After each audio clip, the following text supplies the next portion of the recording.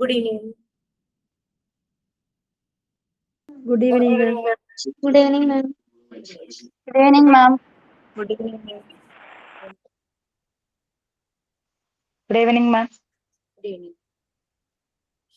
Okay, നിങ്ങൾ prayer ഒക്കെ കഴിഞ്ഞായിരുന്നോ? Prayer ചെയ്തിരുന്നോ?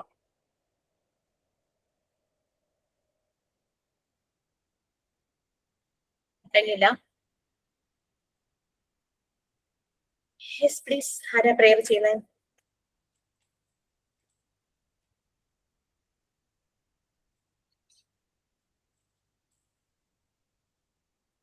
Please. Arugi. Angela Nixon.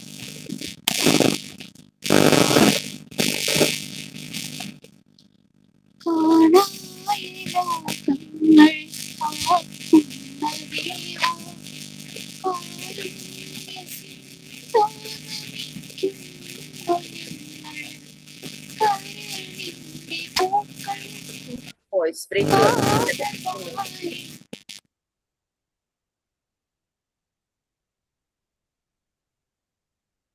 Okay, എന്തൊരു വോയിസ് ബ്രേക്കോ എന്തൊരു ഡിസ്റ്റർബൻസ് തോന്നിയിരുന്നു. നിങ്ങൾക്ക് അങ്ങനെ തോന്നിയിരുന്നോ അതോ എനിക്ക് മാത്രമാണോ? ഒരു സൗണ്ട് ശരി ഉണ്ടായില്ല. പക്ഷെ ആള് ഡിപ്പായി തോന്നുന്നു. രേവതിയാണോ?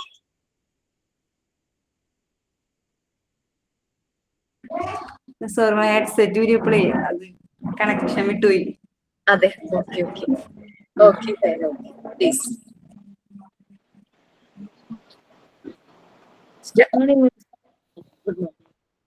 Good morning, good evening. Okay,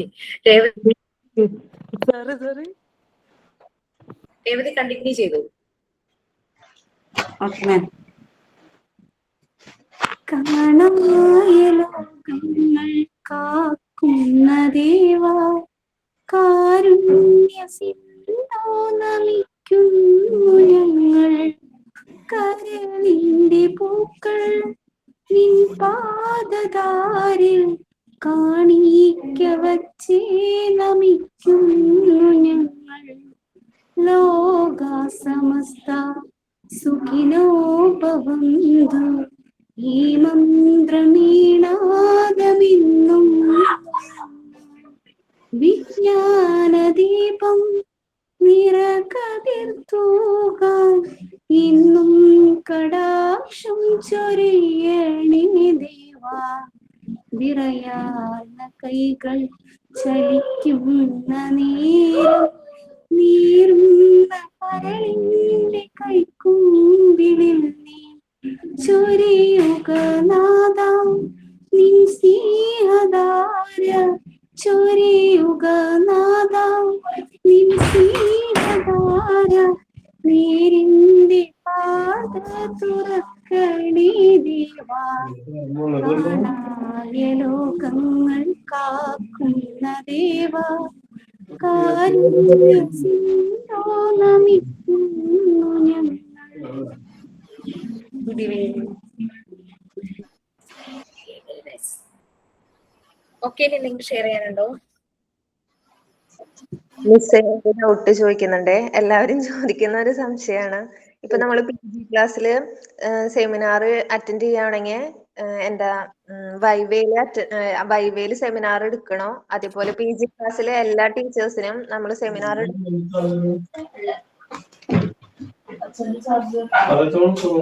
ടീച്ചറെ ക്ലാസ്സിൽ പറഞ്ഞാൽ മതി. ജസ്റ്റ് ഒന്ന് പറയാം, കാരണം എന്റെ ക്ലാസ് വരാനായിട്ട് ഇനി ട്യൂസ്ഡേ വരെ വെയിറ്റ് ചെയ്യണം. സോ ബാക്കിയുള്ളവർ ജസ്റ്റ് എക്സ്ക്യൂസ്. ആക്ച്വലി എന്താന്ന് പറഞ്ഞു കഴിഞ്ഞാല്, സെമിനാർ നമ്മൾ എടുക്കേണ്ടത് എല്ലാവരും സെമിനാർ എടുക്കണം എന്നാണ്. കാരണം PG ഉള്ള എല്ലാവർക്കും സെമിനാർ എടുക്കണം. അത് ക്ലാസ്സിൽ എടുക്കാനാണ് താല്പര്യമെങ്കിൽ നിങ്ങൾ അത് പറയാൻ മാത്രമല്ല ക്ലാസ്സിൽ അത് എടുക്കുകയും ചെയ്യണം. ഇനി ക്ലാസ്സിൽ എടുക്കാൻ പറ്റാത്ത സാഹചര്യത്തിലുള്ളവരാണെങ്കിൽ വൈവ അറ്റൻഡ് ചെയ്യുന്ന സമയത്ത് 2 minutes ബ്രീഫ് ചെയ്യണം. പിന്നെ വേറൊരു ചാൻസ് ഇല്ല. മനസ്സിലായോ? പിന്നെ അയ്യോ എനിക്ക് അറിയില്ലായിരുന്നു, വൈവയിൽ വരുമ്പോഴേക്കും അയ്യോ എനിക്ക് അറിയില്ലായിരുന്നു എന്ന് പറഞ്ഞു കഴിഞ്ഞാൽ ഇറ്റ്സ് വെരി ടഫ്. മാർക്ക് അത്രയും നമ്മൾക്ക് മിനിമം മാർക്കിലേക്കൊക്കെ പോകേണ്ടതായിട്ട് വരും. അപ്പോൾ ക്ലാസ്സിൽ എടുക്കാൻ പറ്റാത്തവര് വൈവ ടൈമിൽ അത് 2 മിനിറ്റ്സിൽ നല്ല ഭംഗിയായിട്ട് തന്നെ പ്രസന്റ് ചെയ്ത് കാണിക്കണം. 2 മിനിറ്റ്സേ കിട്ടുള്ളൂ. ക്ലാസ്സിലാകുമ്പോൾ 10 മിനിറ്റ് കിട്ടും. പിന്നെ വേറെ എന്താണെന്ന് വെച്ചാൽ എല്ലാ ടീച്ചറുടെയും ക്ലാസ്സിൽ സെമിനാർ എടുക്കേണ്ട. ഒരു കുട്ടി ഒരു സെമിനാർ എടുത്താൽ മതി. അല്ലാതെ എല്ലാ ടീച്ചറും നിങ്ങൾക്ക് ഏത് ടോപ്പിക് ആണോ നിങ്ങൾ എടുക്കുന്നത് അത് ആ കൺസേൺ ടീച്ചറുടെ ടോപ്പിക് ആണെങ്കിൽ അവിടെ എടുത്തോളൂ. No problem. മനസ്സിലായോ? ഇപ്പൊ ഞാൻ എടുക്കേണ്ട ചാപ്റ്റേഴ്സ് എനിക്ക് തോന്നുന്നു ഓൾമോസ്റ്റ് ഒരു അടുത്ത ക്ലാസ്സോട് കൂടി പോർഷൻ തീരും. അപ്പോൾ എന്റെ ഇനി വരുന്ന സെഷൻസിൽ നിങ്ങൾക്ക് സെമിനാർ എടുക്കാം. അല്ലെങ്കിൽ നമുക്ക് സെമിനാറിന് വേണ്ടിയിട്ട് സെപ്പറേറ്റ് ഒരു ദിവസം നമുക്ക് വെക്കാം. കാരണം ഒരു 15th ഒക്കെ ആകുമ്പോൾ 15th അല്ല 10th ആകുമ്പോഴേക്കും നമ്മളുടെ ഈ പോർഷൻസ് തീരേണ്ടതാണ്. ഡിപ്ലോമയുടെ പോർഷൻസ് തീരണം. അത് കഴിഞ്ഞ് കഴിഞ്ഞാൽ പിന്നെ നമുക്ക് ആ ഒരു ടൈം ഫ്രീ ആണ്. അതായത് ഫ്രൈഡേ 11:30 to 12:30 എന്നുള്ള സമയം നിങ്ങൾ ഫ്രീ ആയിരിക്കും. അപ്പൊ സെമിനാറിന് വേണമെങ്കിൽ ആ സെമിനാർ എടുക്കേണ്ടവരും കേൾക്കേണ്ടവരും മാത്രം ജോയിൻ ആയാലും മതി. എല്ലാവരും നിർബന്ധമായിട്ട് കയറി ഇരിക്കണം എന്നില്ലല്ലോ. അത് നമുക്ക് സെറ്റ് ചെയ്യാം. എല്ലാ ടീച്ചർമാരുടെയും ക്ലാസ്സിൽ സെമിനാർ എടുക്കേണ്ട ആവശ്യമില്ല. ക്ലാസ്സിൽ എടുക്കാൻ പറ്റാത്തവര് വൈവ ടൈമിൽ പ്രസന്റ് ചെയ്യണം. അത് നിർബന്ധമാണ്. കാരണം പിന്നെ വാല്യൂ ചെയ്യാൻ പിന്നെ നമുക്ക് വേറൊരു സ്ലോട്ട് ഇല്ല. പിന്നെയുള്ളത് എന്താന്ന് വെച്ച് കഴിഞ്ഞാല് ഈ ഇനി അഥവാ ഏത് ടീച്ചറാ വൈവ ചെയ്യുന്നതെന്നൊന്നും പറയാൻ പറ്റില്ല. അപ്പൊ ചിലപ്പോൾ ടീച്ചർ ക്ലാസ്സിൽ എടുത്തതാണെങ്കിലും ചോദിക്കും ആ ടോപ്പിക്കിനെ പറ്റി ഒന്ന് പറയാമോ എന്ന് ചോദിച്ചാൽ നിങ്ങൾ പറയണം. കാരണം ഓൾറെഡി പ്രിപ്പയർ ചെയ്ത് ക്ലാസ്സിൽ എടുത്തവരാണല്ലോ. അതും കൂടെ ശ്രദ്ധിക്കുക കേട്ടോ. ഓക്കെ, താങ്ക് യു മാം. ഇതൊരു ഭയങ്കര കൺഫ്യൂഷൻ ഉണ്ടാകുന്ന സംഭവമാണ് സെമിനാറിന്റെ. സെമിനാർ എന്തായാലും പി ജിക്കാരെല്ലാരും എടുക്കണം. എടുക്കുക മാത്രമല്ല റിപ്പോർട്ട് പ്രിപ്പയർ ചെയ്ത് വെക്കണം. നിങ്ങളുടെ മാർക്ക് ലിസ്റ്റില് സെമിനാർ എന്ന് പറഞ്ഞിട്ട് ഈ മാർക്ക് കാണിക്കുന്നതാണ്. ഈ മാർക്ക് കാണുമ്പോൾ എന്ത് സെമിനാർ എടുത്തതെന്ന് എവിടെയെങ്കിലും ഇന്റർവ്യൂവിന് പോകുമ്പോൾ ചോദിച്ചാൽ നമുക്ക് വളരെ കോൺഫിഡന്റ് ആയിട്ട് റിപ്പോർട്ട് എടുത്ത് കാണിക്കാം അല്ലെ.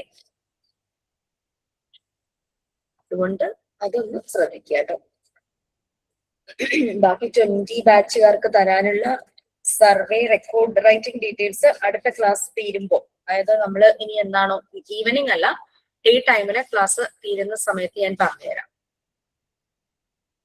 സോ ഞാൻ ഓർത്തു 4th യൂണിറ്റ് വേറെ ടീച്ചേഴ്സ് എടുക്കുന്ന, പക്ഷെ എനിക്ക് തന്നെ എടുക്കേണ്ടതായിട്ട് വരും. സോ 4th യൂണിറ്റും 10th യൂണിറ്റും ആണ് പറയാൻ പോകുന്നത്. 10th യൂണിറ്റ് നമ്മൾ ഓൾറെഡി ഡിസ്കസ് ചെയ്തിരുന്നു. ഓർമ്മയുണ്ടോ? കഴിഞ്ഞ ക്ലാസ്സിലെ കുറേ കാര്യങ്ങൾ പറഞ്ഞു അല്ലെ. 10th യൂണിറ്റിനെ ഓർമ്മയുണ്ടോ പറഞ്ഞ കാര്യങ്ങള്? പുതിയ പുതിയ ടേംസ് ആണ് എന്നൊക്കെ പറഞ്ഞിരുന്നത്. Montessori terms. അപ്പൊ അതങ്ങനെ ഡിസ്കസ് ചെയ്തത് കാരണം ഞാൻ ആ യൂണിറ്റിലേക്ക് കടക്കുകയാണ്. അത് കഴിഞ്ഞിട്ട് നമുക്ക് 4th യൂണിറ്റിലേക്ക് വരാം. അതിനുശേഷം 7th unit. So that means 7th unit ആണ് ഒരു ടൈം കൺസ്യൂമിങ് കണ്ടന്റ് ഉള്ളൊരു ചാപ്റ്റർ ശരിക്കും പറഞ്ഞു കഴിഞ്ഞാൽ. നമ്മൾ മോണ്ടിസോറി ടേംസ് ഷെയർ ചെയ്യണോ? ആർക്കെങ്കിലും ടെക്സ്റ്റ് ഉണ്ടോ? ഷെയർ ചെയ്യണോ? ഓക്കെ ആണോ? ആർക്കെങ്കിലും ഷെയർ ചെയ്യണമെങ്കിൽ പറയണേ. കാരണം ചിലര് വീട്ടിലല്ല, അങ്ങനെയൊക്കെ എന്തെങ്കിലുമൊക്കെ ചിലപ്പോ ഈ മഴ സമയമൊക്കെ ആയതുകൊണ്ടേ വേറെ എവിടെയെങ്കിലും ടെക്സ്റ്റ് ഒന്ന് ഷെയർ ചെയ്യാമോ? ചെയ്യാം.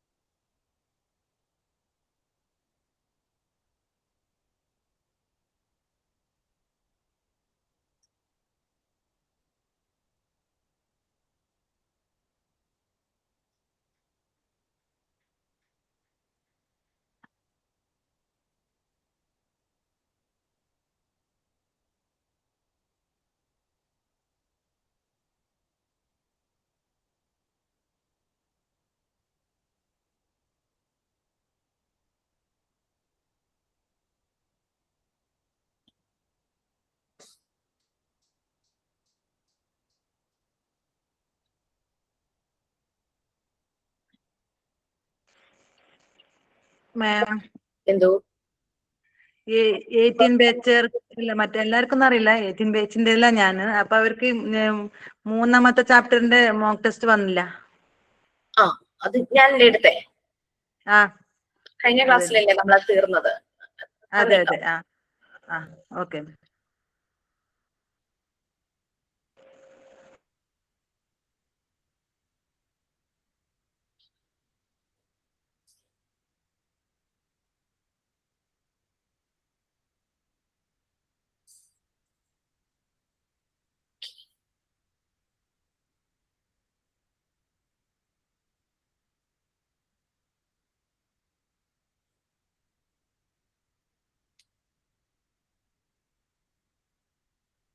ഈ നമ്മൾ മോണ്ടിസോറി ടേംസിനെ കുറിച്ചാണ് പറയാൻ പോകുന്നത്. അപ്പൊ ഫസ്റ്റ് വൺ അഡാപ്ഷൻ. ഈ ഇതിൽ കൊടുത്തിരിക്കുന്നത് മാത്രമല്ല കേട്ടോ മോണ്ടിസോറി ടേംസ്. നമ്മൾ പറഞ്ഞു spiritual embryo. Doctor Maria Montessori അവർ ഒരു രീതിയുണ്ട്, ഒരു യുണീക്നെസ് ഉണ്ടായിരുന്നു. മറ്റുള്ളവർ യൂസ് ചെയ്യുന്ന അതേ ടേം ഒന്നും അവർ ഉപയോഗിക്കില്ല. വേറൊരു കോണ്ടെക്സ്റ്റിലുള്ള ടേം അവർ ഉദ്ദേശിക്കുന്ന കാര്യവുമായിട്ട് മാച്ച് ആണെങ്കിൽ അവരത് ഉപയോഗിക്കും. അങ്ങനെയാണ് അബ്സോർബൻ മൈൻഡ്, സ്പിരിച്വൽ എംബ്രിയോ, അങ്ങനെയുള്ള സെൻസിറ്റീവ് പീരീഡ്, അതെല്ലാം മോണ്ടിസോറി ടേംസിൽ പെടുന്നതാണ്. നമ്മുടെ ഈ ചാപ്റ്ററിൽ 2-3 മാത്രം പറഞ്ഞിട്ടുണ്ട്, 4-5 പറഞ്ഞിട്ടുണ്ടെന്നേ ഉള്ളൂ. ഓക്കെ. അപ്പൊ അഡാപ്ഷൻ അല്ലെങ്കിൽ അഡാപ്റ്റേഷൻ രണ്ടും ഒരേ മീനിങ് തന്നെയാണ്. പൊരുത്തപ്പെടുക അല്ലെ? അഡാപ്ഷൻ അല്ലെങ്കിൽ അഡാപ്റ്റേഷൻ എന്ന് പറയുന്നത് പൊരുത്തപ്പെടുക. നമ്മള് സോഷ്യൽ വെൽനസ് ഫസ്റ്റ് യൂണിറ്റില് വെൽനസിന്റെ കാര്യം പറഞ്ഞപ്പോ സോഷ്യൽ വെൽനസ് ഡിസ്കസ് ചെയ്തിരുന്നു. ഞാനാണ് എടുത്തിട്ടുണ്ടെങ്കിൽ ഞാൻ പറഞ്ഞിട്ടുണ്ടാകണം. അതായത് നമ്മളൊരു സൊസൈറ്റിയിൽ ജീവിക്കുന്ന ഒരു ഹ്യൂമൻ ബീയിങ് ആണ്. അപ്പോൾ ആ സൊസൈറ്റിയുമായിട്ട് ഈവൻതോ നമ്മൾ ഇൻഡിവിജ്വൽ ആണെങ്കിലും ഒരു വ്യക്തിയാണെങ്കിലും ആ സൊസൈറ്റിയുമായിട്ട് നമ്മൾ പൊരുത്തപ്പെട്ട് ജീവിക്കുന്നു അല്ലെ? അതാണ് അഡാപ്റ്റേഷൻ എന്ന് പറയുന്നത്. നമ്മള് ഓക്കെയാണ് അങ്ങനെ പൊരുത്തപ്പെടാനായിട്ട്, അല്ലാണ്ട് നമുക്കതിൽ ദേഷ്യവും ബുദ്ധിമുട്ടുകളോ ഒന്നുമില്ല. നമ്മൾ അങ്ങനെ ഒരു സൊസൈറ്റിയിൽ ജീവിക്കുമ്പോൾ നമ്മൾ ചില കാര്യങ്ങൾ അഡ്ജസ്റ്റ് ചെയ്യേണ്ടതായിട്ടുണ്ട്. അതുപോലെ ഫാമിലിയിലും അതുപോലെ വളരെ അങ്ങ് താഴ്ന്നു കൊടുത്ത് കോംപ്രമൈസ് ചെയ്ത് അങ്ങനത്തെ ലെവൽ ഓഫ് അഡ്ജസ്റ്റ്മെന്റ് അല്ല. നമ്മുടെ ഒരു വെൽഫെയറിന് വേണ്ടിയിട്ട് ആ അഡ്ജസ്റ്റ്മെന്റ് നല്ലതാണെന്ന് നമുക്ക് ഫീൽ ചെയ്ത് നമ്മൾ അഡ്ജസ്റ്റ് ചെയ്യുന്നത്. ഒരു റിലീജിയനിലെ മാരേജ് ഫംഗ്ഷനിൽ പറയുന്ന മനോഹരമായ ഒരു വാക്കാണ്. കറക്റ്റ് അങ്ങനെ തന്നെയാണോ വാക്ക് എന്ന് എനിക്ക് കറക്റ്റ് അറിയില്ല, എന്നാലും വളരെ മനോഹരമായ ഒരു സ്റ്റേറ്റ്മെന്റ് ആണ്. നിങ്ങൾ പരസ്പരം പൊരുത്തപ്പെട്ട് ജീവിക്കുക എന്ന് ഈ കപ്പിൾസിന്റെ അടുത്ത് പറയുന്ന പ്രീസ്റ്റ് പറയുന്ന ഒരു സ്റ്റേറ്റ്മെന്റ് ആണ്. നിങ്ങൾ പരസ്പരം പൊരുത്തപ്പെട്ട് ജീവിക്കുക എന്ന്. വളരെ മനോഹരമായ ഒരു സ്റ്റേറ്റ്മെന്റ്. എന്ന് പറഞ്ഞു കഴിഞ്ഞാൽ അവിടെ സ്ത്രീ മാത്രം കോംപ്രമൈസ് ചെയ്യുക എന്നുള്ളതല്ല. പുരുഷനും സ്ത്രീയും ഒരുമിച്ച് അവരുടെ ആ ഫാമിലി സ്ട്രെങ്തൻ ആകാൻ വേണ്ടിയിട്ട് പരസ്പരം അഡ്ജസ്റ്റ് ചെയ്ത് കോംപ്രമൈസ് ചെയ്ത് പൊരുത്തപ്പെട്ട് ജീവിക്കുക എന്നുള്ളത് തന്നെയാണ്. അതാണ് അഡാപ്ഷൻ അല്ലെങ്കിൽ അഡാപ്റ്റേഷൻ എന്ന് പറയുന്നത്. അപ്പൊ ഡോക്ടർ മോണ്ടിസോറി പറയുന്നത് ഒരു ഇൻഡിവിജ്വലിന്റെ ഡെവലപ്മെന്റിന് ഈ അഡാപ്ഷൻ വളരെ അത്യാവശ്യമാണ്.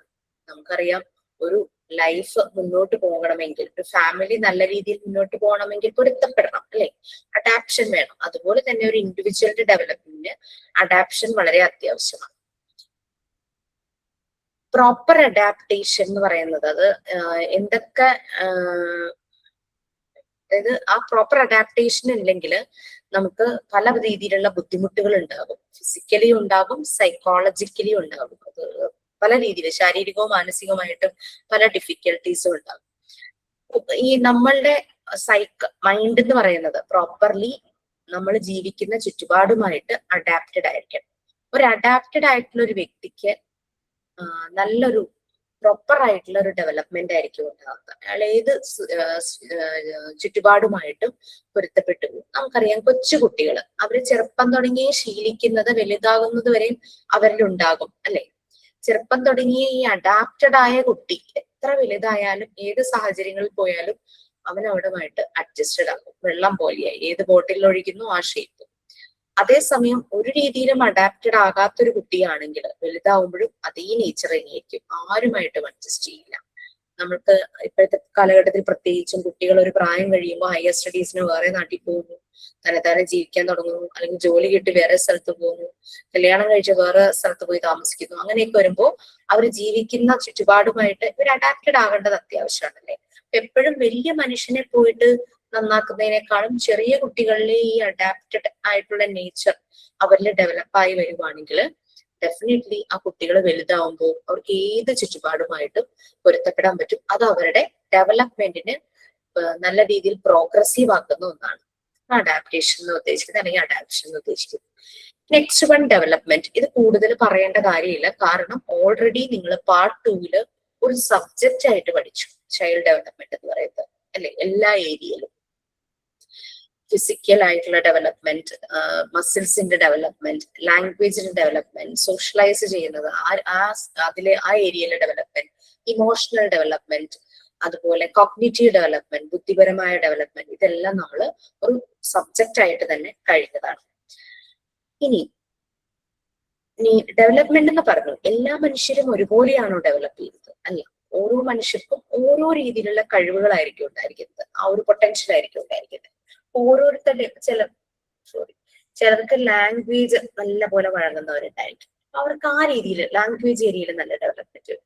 ചിലർക്ക് logical thinking, mathematics, reasoning, problem solving അതൊക്കെ നന്നായിട്ടുണ്ടാവും. അപ്പൊ അവരുടെ ഡെവലപ്മെന്റ് ആ ഒരു ഏരിയയിലായിരിക്കും.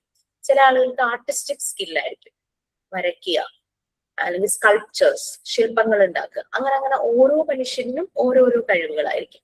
ചിലർക്ക് നല്ല പ്രതിവാദങ്ങളിൽ ഏർപ്പെടുക, ഫിലോസഫേഴ്സ്, ഒറേറ്റേഴ്സ്, പ്രഭാഷകൻ, അങ്ങനെയൊക്കെ രീതിയിലായിരിക്കും. അഡ്വക്കേറ്റ്സ് ഒക്കെ ആവുന്ന രീതിയിലുള്ള അങ്ങനെ.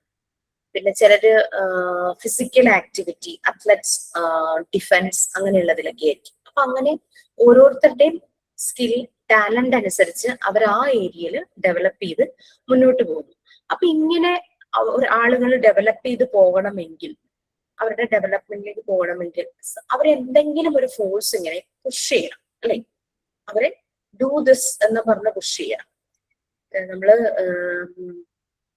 ഡയറക്ട്ലി നോക്കിക്കഴിഞ്ഞു കഴിഞ്ഞാൽ അങ്ങനെ കുട്ടികളെ ഗൈഡ് ചെയ്യുക, പുഷ് ചെയ്യുക, കുട്ടികളുടെ ഉള്ളിലുള്ള സ്പാർക്ക് കണ്ടെത്തി അവരെ ഗൈഡ് ചെയ്യുക, പുഷ് ചെയ്യുക എന്നുള്ളത് ഏറ്റവും കൂടുതൽ അത് വരുന്നത് ടീച്ചർമാരിലാണ്, അല്ലെ? അപ്പം നമ്മൾ ഓരോ സൈക്കോ അനാലിസ്റ്റുകളുടെ ഒബ്സർവേഷൻസ് പറഞ്ഞപ്പോ നമ്മൾ പറഞ്ഞു, പ്രോപ്പർ എൻകറേജ്മെന്റും ഗൈഡൻസും സപ്പോർട്ടും കുട്ടികൾക്ക് അതാത് പ്രായങ്ങളില് കൊടുക്കേണ്ട റെസ്പോൺസിബിലിറ്റി ടീച്ചേഴ്സിനും പാരന്റ്സിനുമാണെന്ന് നമ്മൾ പറഞ്ഞു. അപ്പൊ നമ്മൾ ശരിക്കും എക്സ്റ്റേണൽ ഫോഴ്സുകളാണ് ഇവരെ ഇങ്ങനെ പുഷ് ചെയ്യുന്ന എക്സ്റ്റേണൽ ഫോഴ്സുകളാണ്. ഇതുകൂടാതെ ആ കുട്ടിയുടെ ഉള്ളിൽ ഒരു ഇന്റേണൽ ഫോഴ്സ് ഉണ്ട്, ഒരു ഇന്നർ ഗൈഡ് ഉണ്ട് കുട്ടിയെ പുഷ് ചെയ്യുന്നത്. ഈ ഇന്നർ ഗൈഡ് അല്ലെങ്കിൽ ഈ ഫോഴ്സിനെയാണ് ഡോക്ടർ മറിയ മോണ്ടിസോറി ഹോം എന്ന് വിളിച്ചത്. അവരതിനിട്ട പേരാണ് ഹോം എന്ന് പറയുന്നത്. ആ ഒരു നമ്മുടെ ഉള്ളിലുള്ള കഴിവിനെ നമ്മുടെ ഉള്ളിൽ നിന്ന് തന്നെ, വെളിയിൽ നിന്നൊക്കെ നമ്മൾ പറയുമല്ലോ, അത് നമ്മളെ പുഷ് ചെയ്താണ് നമ്മളെ കൊണ്ട് ഓരോന്ന് ചെയ്യിക്കുന്നത്. ബ്രെയിനിന്റെ സിഗ്നൽസ് വരുമ്പോഴാണ് അത് ചെയ്യുന്നത്, അതിലേക്ക് പിന്നീട് വരാം. അപ്പൊ അതിനെ ഡോക്ടർ മോണ്ടിസോറി ആ ഒരു ടേം കടമെടുത്തത് ഹോം എന്നുള്ള ഇതാണ് കടമെടുത്തത്. ഒരു ഫിലോസഫർ ബർഗ്സൺ, അദ്ദേഹം ഈ ഫോഴ്സിനെ എലാൻ വിറ്റാൽ എന്ന് വിളിച്ചു. എലാൻ വിറ്റാലിന്റെ ഒരു ഫ്രഞ്ച് വേർഡാണ് വൈറ്റൽ എനർജി. അതാണ് അതിന്റെ മീനിങ്. സ്പെൽ ചെയ്യുന്നത് ഇങ്ങനെ തന്നെയാണെന്ന് എനിക്കറിയില്ല, ഒന്നാമതൊരു ഫ്രഞ്ച് വേർഡാണ്. എലാൻ വിറ്റാൽ എന്ന് തന്നെയാണ് തോന്നുന്നു. ഇപ്പൊ ഡോക്ടർ മോണ്ടിസോറി പക്ഷെ ഇതിന് പകരം ബർഗ്സൺ എലാൻ വിറ്റാൽ എന്ന് പറഞ്ഞപ്പോ ഡോക്ടർ മോണ്ടിസോറി അതിനെ ഹോം എന്ന് പറഞ്ഞു. അത് രണ്ടും ഒരു വൈറ്റൽ ഫോഴ്സ് അല്ലെങ്കിൽ വൈറ്റൽ എനർജിയാണ്. അതൊരു ഗ്രീക്ക് വേർഡ്, ഒപ്പു, ലൈഫ് എന്ന് മീനിങ് വരുന്ന ഒരു ഗ്രീക്ക് വേർഡിൽ നിന്നാണ് ഇത് വന്നിരിക്കുന്നത്. അപ്പൊ ഈ ഫോഴ്സ് മോണ്ടിസോറി പറയുന്നത് അതായത് ഈ ഒരു എൻറ്റയർ വേൾഡില് പല കാര്യങ്ങളും ചെയ്യാനായിട്ട് ഈ കുട്ടികളെ പുഷ് ചെയ്യുന്ന അല്ലെങ്കിൽ ഡ്രൈവ് ചെയ്യുന്ന ഒന്നാണ് ഈ ഫോഴ്സ് എന്ന് പറയുന്നത്. ഇതിനെ അസിസ്റ്റ് ചെയ്യാനായിട്ട്, അത് ഹോമിനെ അസിസ്റ്റ് ചെയ്യാൻ ഉള്ള മറ്റൊരു ഫോഴ്സ്, അതായത് ഈ ഒരു വർക്ക് ചെയ്യാനായിട്ട് ഹോമിനെ അസിസ്റ്റ് ചെയ്യുന്നത് നീമി എന്നുള്ള മെമ്മറിയാണ്. നീമിയൊക്കെ നമുക്ക് ഇനി വരുന്നുണ്ട്. അതിനു മുമ്പ് എഡ്യൂക്കേഷൻ എന്താണെന്ന് പറഞ്ഞിട്ട് നമുക്ക് ഹോമും നീമിയും ഒന്നുകൂടെ കാണാം. എഡ്യൂക്കേഷൻ ഓൾറെഡി ഞാൻ എല്ലാ ബാച്ച് വരുമ്പോഴും ഞാൻ പറയും, എഡ്യൂക്കേഷൻ എന്ന് പറയുന്നത് ഒരു സിലബസിനെയോ ഒരു ബുക്കിനെയോ ഫോക്കസ് ചെയ്യുന്ന ഒന്നല്ല. അത് വൈഡായിട്ട് കംപ്ലീറ്റ് ആയിട്ട് ആളുകളിലേക്ക് എത്തേണ്ട ഒരു കാര്യമാണ് എഡ്യൂക്കേഷൻ എന്ന് പറയുന്നത്. എഡ്യൂക്കേഷൻ എന്ന് പറയുന്നത് നമ്മളുടെ ലൈഫിൽ ചേഞ്ചസ് ഉണ്ടാക്കാൻ പറ്റുന്ന ഒരു ട്രിഗറിങ് ആയിട്ടുള്ള ഒരു ഒബ്ജക്റ്റ് തന്നെയാണ് എഡ്യൂക്കേഷൻ എന്ന് പറയുന്നത്. അതായത് ഒരു ഇൻഡിവിജ്വലിനെ നല്ല രീതിയിൽ ഡെവലപ്പ് ചെയ്യിക്കാനുള്ള ഒരു ടൂള്, അതാണ് എഡ്യൂക്കേഷൻ. എഡ്യൂക്കേഷൻ എന്ന് പറയുന്നത് ഇൻഡിവിജ്വലിന്റെ ഡെവലപ്മെന്റ് എല്ലാ ഏരിയയിലും, അതായത് ഇൻഡിവിജ്വലിന്റെ നീഡ്സിനനുസരിച്ചുള്ള ഡെവലപ്മെന്റ് സാധ്യമാക്കുന്ന ഒന്നാണ് എഡ്യൂക്കേഷൻ എന്ന് പറയുന്നത്. അത് അവരെ എയ്ഡ് ചെയ്യണം നല്ലൊരു പ്രോസസ്സിലേക്ക് കൊണ്ടുപോകാനായിട്ട്. എന്തൊക്കെയാണോ എൻവയോൺമെന്റിലെ കാര്യങ്ങൾ അതുമായിട്ട് കണക്ട് ചെയ്യാൻ പറ്റുന്ന രീതിയിൽ അവരെ ഗൈഡ് ചെയ്യണം. ഇവിടെ ഒരു ചേച്ചി ഹെൽപ്പ് ചെയ്യാനായിട്ട് വരുന്നുണ്ട്. മെയിനായിട്ട് വിറ്റടിക്കാനാണ് വരുന്നത്. കുറച്ചധികം വിറ്റുണ്ട്. അവർക്കൊരു 70+ ഉണ്ട്. പക്ഷെ ഭയങ്കര ആള് ഹെൽത്തിയാണ്, പണിക്കൊക്കെ പോയി അങ്ങനെയാണ്. അതുകാരണം ചേച്ചി പറയുമായിരുന്നു ചെറുപ്പത്തിൽ പഠിത്തം നിന്നുപോയി എന്ന്. വളരെ ചെറിയ ക്ലാസ്സിലെങ്ങാണ്ട്, എനിക്ക് 3-4 ക്ലാസ് വെച്ചിട്ട് പണ്ടൊക്കെ അങ്ങനെയാണല്ലോ, എല്ലാരും ഇങ്ങനെ പണിക്ക് പോകും. പുള്ളിക്കാരിക്ക് പേരക്കുട്ടികളുണ്ട്. പേരക്കുട്ടികളെ നല്ലപോലെ പഠിപ്പിക്കണം എന്ന് ഭയങ്കര ആഗ്രഹം. അപ്പൊ എന്തെങ്കിലുമൊക്കെ പുതിയതായിട്ട് കാര്യങ്ങൾ കാണുമ്പോൾ നമ്മളോട് ചോദിച്ച് മനസ്സിലാക്കി അവരത് പഠിക്കും. നന്നായിട്ട് തന്നെ അതിനെപ്പറ്റി പഠിക്കും.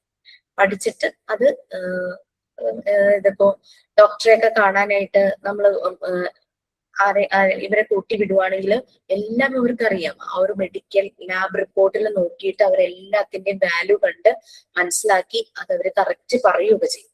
അപ്പൊ അതിന് അവർ സ്കൂളിലൊന്നും പോയിട്ടില്ലെങ്കിൽ കൂടിയും അവരുടെ ഉള്ളിൽ ആ ഒരു ത്വരയുണ്ട്. അറിയണം, പഠിക്കണം, കാര്യങ്ങളൊക്കെ മനസ്സിലാക്കണം എന്നൊക്കെ ഉള്ളത്.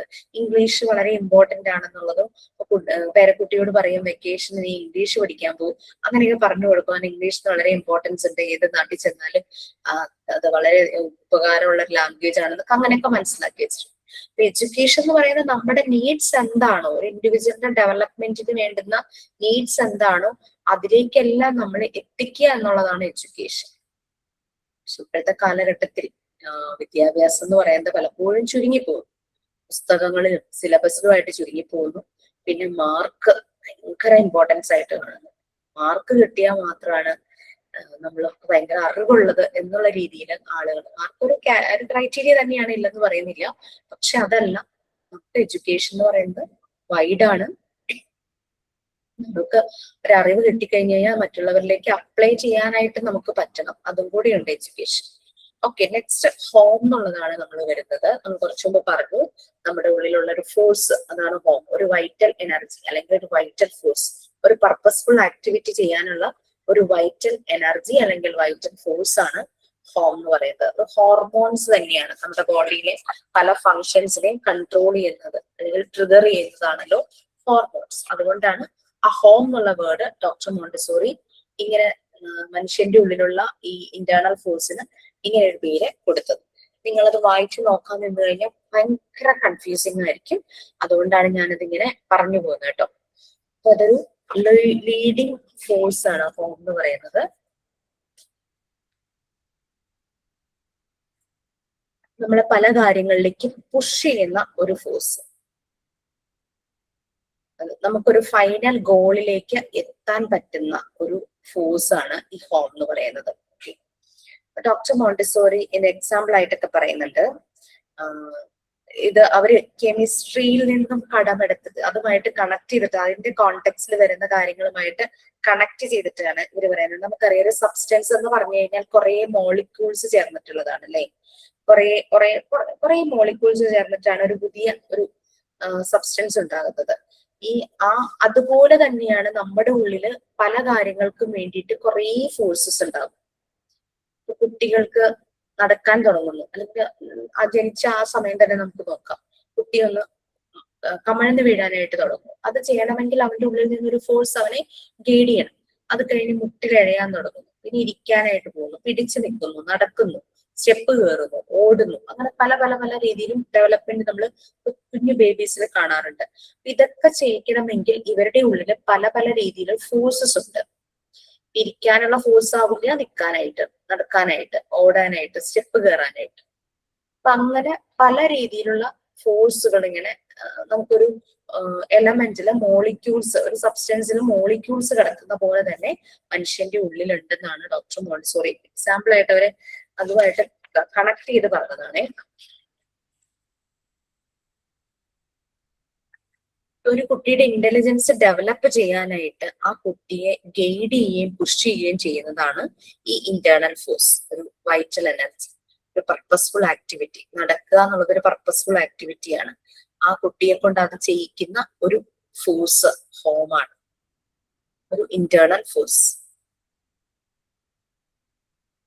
അതില് നമുക്ക് ആ കെമിസ്ട്രി ഒന്നും നമുക്ക് ശരിക്കും ആവശ്യമില്ല. ഗ്യാസിലും സോളിഡിലും ലിക്വിഡിലും ഒക്കെ പല രീതിയിലാണ് ഈ ഫോഴ്സ് എന്നുള്ളത് നമുക്ക് ആവശ്യമില്ല. അതായത് ഓരോ ഇൻഡിവിജ്വലിലും ഓരോ രീതിയിലാണ് ഈ ഫോഴ്സ് വരുന്നത്. ചില കുട്ടികളില് പെട്ടെന്ന്, ചില കുട്ടികൾ നമ്മൾ കണ്ടിട്ടില്ലേ, എന്റെ മോനൊക്കെ 8ാം ക്ലാസ്സിൽ നടന്ന ആളാ, നടന്നതിന് ശേഷമാണ് കക്ഷി ഇരുന്നത്. ശരിക്കും ആ ഓർഡർ തെറ്റിപ്പോയി ആളുടെ. നടന്നു കഴിഞ്ഞിട്ടാണ് ആളെ ഇരിക്കുന്നത്. 8ാം മാസത്തിൽ നടന്നു, പക്ഷെ മോള് 11ാമത്തെ മാസത്തിലാണ് നടന്നത്. അപ്പൊ ഓരോ ഇപ്പൊ പറഞ്ഞതുപോലെ തന്നെ ഈ മോളിക്യൂൾസ് സോളിഡിലാണെങ്കിലും ടൈറ്റ്ലി പാക്ഡ് ആയിരിക്കും, ലിക്വിഡിലാണെങ്കിലും ലൂസ്ലി പാക്ഡ് ആയിരിക്കും. അതുപോലെ ഗ്യാസ് ആണെങ്കിലും ഇതുപോലെ ഒരു ലൂസ്ലി പാക്ഡ് ആ ഒരു രീതിയിലായിരിക്കും. അതുപോലെ തന്നെയാണ് മനുഷ്യരിലും ഈ ഫോഴ്സസ് പല രീതിയിലായിരിക്കും. ഇപ്പൊ പടം വരയ്ക്കാൻ അറിയുന്നവൻ നല്ല രീതിയിൽ പടം വരയ്ക്കും, അവൻ എപ്പോഴും ആ ഒരു ട്രിഗറാണ്. വരയ്ക്കാൻ അറിയാത്തവർക്ക് ആ ട്രിഗർ വരില്ലല്ലോ, ആ ഒരു ഫോഴ്സ് വരുന്നില്ല വരയ്ക്കാൻ. അങ്ങനെ ഒരു ടാലന്റ്, അതൊരു ടാലന്റ് ആണ്. ടാലന്റ് ഇല്ലാത്തവർക്ക് ആ ട്രിഗർ വരില്ല. പിന്നെ ലോജിക്കൽ തിങ്കിങ് ചിലർക്ക് ഹൈ ആയിരിക്കും, ഒരു പെട്ടെന്ന് തന്നെ കാര്യങ്ങൾ മനസ്സിലാക്കും. മാത്സ് ഏരിയ ആണെങ്കിൽ അവർ പെട്ടെന്ന് മനസ്സിലാക്കും. അതേസമയം ലോജിക്കൽ തിങ്കിങ് വളരെ ലോ ആയിട്ടുള്ള ആൾക്ക് മറ്റേ ആള് മനസ്സിലാക്കിയ പോലെ മനസ്സിലാക്കാൻ പറ്റണമെന്നില്ല. ഓരോരുത്തരിലും ഈ ഫോഴ്സ് ഡിഫറെന്റ് ആയിട്ടാണ്. അത് കമ്പയർ ചെയ്ത് പറഞ്ഞതാണ് കെമിസ്ട്രിയിലെ ആ പാട്ട്. കെമിസ്ട്രി നിങ്ങൾക്ക് പഠിക്കേണ്ട ആവശ്യമുണ്ടോ? നമുക്ക് മോണ്ടിസോറി എന്തുകൊണ്ട് ഹോം എന്നുള്ളതിനെ പറഞ്ഞു. എന്താണ് ഈ ഹോം? മനുഷ്യന്റെ ഡെവലപ്മെന്റിന് അല്ലെങ്കിൽ ഇന്റലിജൻസ് ഡെവലപ്പ് ചെയ്യാൻ ഈ ഹോമിന്റെ പണി എന്താണ്? ഇത്ര അറിഞ്ഞാൽ പോരെ. അതുകൊണ്ടാണ് കേട്ടോ ഞാൻ വായിപ്പിക്കാത്തതും. അതുമല്ല പാർട്ട് 3 വരുമ്പോൾ വായന പറഞ്ഞ് നമ്മുടെ ഡിസ്കഷൻ ആയിരിക്കും. അതുകൊണ്ട് പറയുന്നു, ഇത് നോട്ട് ചെയ്ത് പോവുക, നിങ്ങൾക്ക് മനസ്സിലാവുന്ന സിമ്പിൾ ഫോമില്. കാരണം വായിക്കാൻ നോക്കിക്കഴിഞ്ഞാൽ ഒരു വസ്തു മനസ്സിലാവില്ല. കാരണം വെച്ചാൽ കെമിസ്ട്രി, ഫിസിക്സും ബയോളജിയാണ് ഇതിനകത്ത് വന്നിരിക്കുന്നത് ഈ ഒരു ചാപ്റ്ററിൽ. ശരിക്ക് അങ്ങനെ ഒരു കണ്ടന്റ് കൊടുക്കേണ്ട ആവശ്യമില്ലായിരുന്നു. നമ്മളുടെ കോണ്ടെക്സ്റ്റിൽ അത് എന്താണെന്നുള്ളത് പറഞ്ഞ് അങ്ങനെ പോയാൽ മതിയായിരുന്നു. കെമിസ്ട്രി ആയിട്ടും ഫിസിക്സ് ആയിട്ടും ബയോളജി ആയിട്ടൊക്കെ കണക്റ്റഡ് ആണ്. ഈ ഹോം കെമിസ്ട്രി ആയിട്ട് കണക്റ്റഡ് ആണെങ്കിൽ നെബുല എന്ന് പറഞ്ഞ വേർഡ് അത് പൊട്ടൻഷ്യൽ ആണ് കേട്ടോ. നെബുല കണക്ട് ചെയ്തിരിക്കുന്നത് ഫിസിക്സുമായിട്ടാണ്, നീമി കണക്ട് ചെയ്തിരിക്കുന്നത് ബയോളജി ആയിട്ടാണ്. ഓക്കെ, അതുകൊണ്ട് വായിച്ചു നോക്കിക്കോളും, ചിലർക്ക് മനസ്സിലാവുമായിരിക്കും. മറ്റേത് നമുക്ക് ഇത്തിരി ഡ്രൈ ആയിട്ട് ഫീൽ ചെയ്യും. അപ്പൊ ഇങ്ങനെ ഒരു ഫോഴ്സ് ആണ് ശരിക്കും ഹോം എന്ന് പറയുന്നത്. നമ്മളെ കൊണ്ട് ഓരോ കാര്യങ്ങൾ, നമ്മുടെ ഇന്റലിജൻസ് നല്ല പോലെ ഡെവലപ്പ് ആകാനായിട്ട്. കുട്ടികളിൽ 3 വയസ്സ് വരെയും അൺകോൺഷ്യസ് ആയിരിക്കും, അവരുടെ മെമ്മറിയും ഇന്റലിജൻസും എല്ലാം അൺകോൺഷ്യസ് ആയിരിക്കും. കാര്യം അവര് നല്ല സ്മാർട്ടായിട്ട് കാര്യങ്ങൾ ചെയ്യുന്നത് എന്തായാലും നല്ല ഷാർപ്പ് ആകുന്നത് ആഫ്റ്റർ 3 years ആണ്. മെമ്മറി, ഓർമ്മയുണ്ടാകുന്നത് ആ ഒരു സമയത്തായിരിക്കും. അപ്പൊ അങ്ങനെ ഏത് ഏജിലാണെങ്കിലും കുട്ടികളെ കൊണ്ട് ഓരോ കാര്യങ്ങൾ ഗൈഡ് ചെയ്യുകയും പുഷ് ചെയ്യുകയും ചെയ്യുന്നത് ഈ ഹോമാണ്. നല്ലൊരു ടാസ്ക് അവരെ കൊണ്ട് ചെയ്യിക്കാനായിട്ടാണ് ഈ പുഷിങ്. അവരത് കംപ്ലീറ്റ് ചെയ്യുന്നു. അത് അവരുടെ സെൽഫ് കൺസ്ട്രക്ഷൻ, അവരുടെ സെൽഫ് മെയ്ഡ്, അവര് സ്വയം ഡെവലപ്പ് ആകാനായിട്ട് അവരെ ഹെൽപ്പ് ചെയ്യുന്നു. ഇതെല്ലാം ഡിപ്പെൻഡ് ചെയ്യുന്നത് ബോത്ത് പാരന്റ്സിൽ നിന്ന് കിട്ടിയിരിക്കുന്ന ജീൻസ് വെച്ചിട്ടാണ്. ചില കുട്ടികൾ ചില കാര്യങ്ങൾ ചെയ്യുമ്പോൾ അച്ഛനെ പോലെ അല്ലെങ്കിൽ അമ്മയെ പോലെ അല്ലെങ്കിൽ അമ്മാവനെ പോലെ ലൈക്ക് അങ്ങനെ പറയാറുണ്ടല്ലോ. നമുക്കറിയാം 46 ക്രോമസോംസ് ആണുള്ളത്. അതിൽ 23 from father side, 23 from mother side ആണ്. അപ്പൊ എന്തായാലും ചിലപ്പോ അമ്മയുടെ നേരിട്ടാവണമെന്നില്ല, അച്ഛന്റെ നേരിട്ടാവണമെന്നില്ല, അവരുടെ ഫാമിലിയിലെ ഏതെങ്കിലും ഒരു ജനറേഷനിലെ അങ്ങനെയൊക്കെ ആകാം. അത് പ്ലസും ആകാം മൈനസും ആകാം. അപ്പൊ അതുകൊണ്ട് അവിടെ നമുക്ക് ചേഞ്ചസ് ഒന്നും വരുത്താൻ പറ്റില്ല, കാരണം കിട്ടിയ ജീൻ അതാണ്. അപ്പൊ ഈ ഹോമിന്റെ ഈ പണി only death can stop home. Home മരിക്കുന്നവരെ പുഷ് ചെയ്യുന്നുണ്ടായിരിക്കും ഹോമിന്.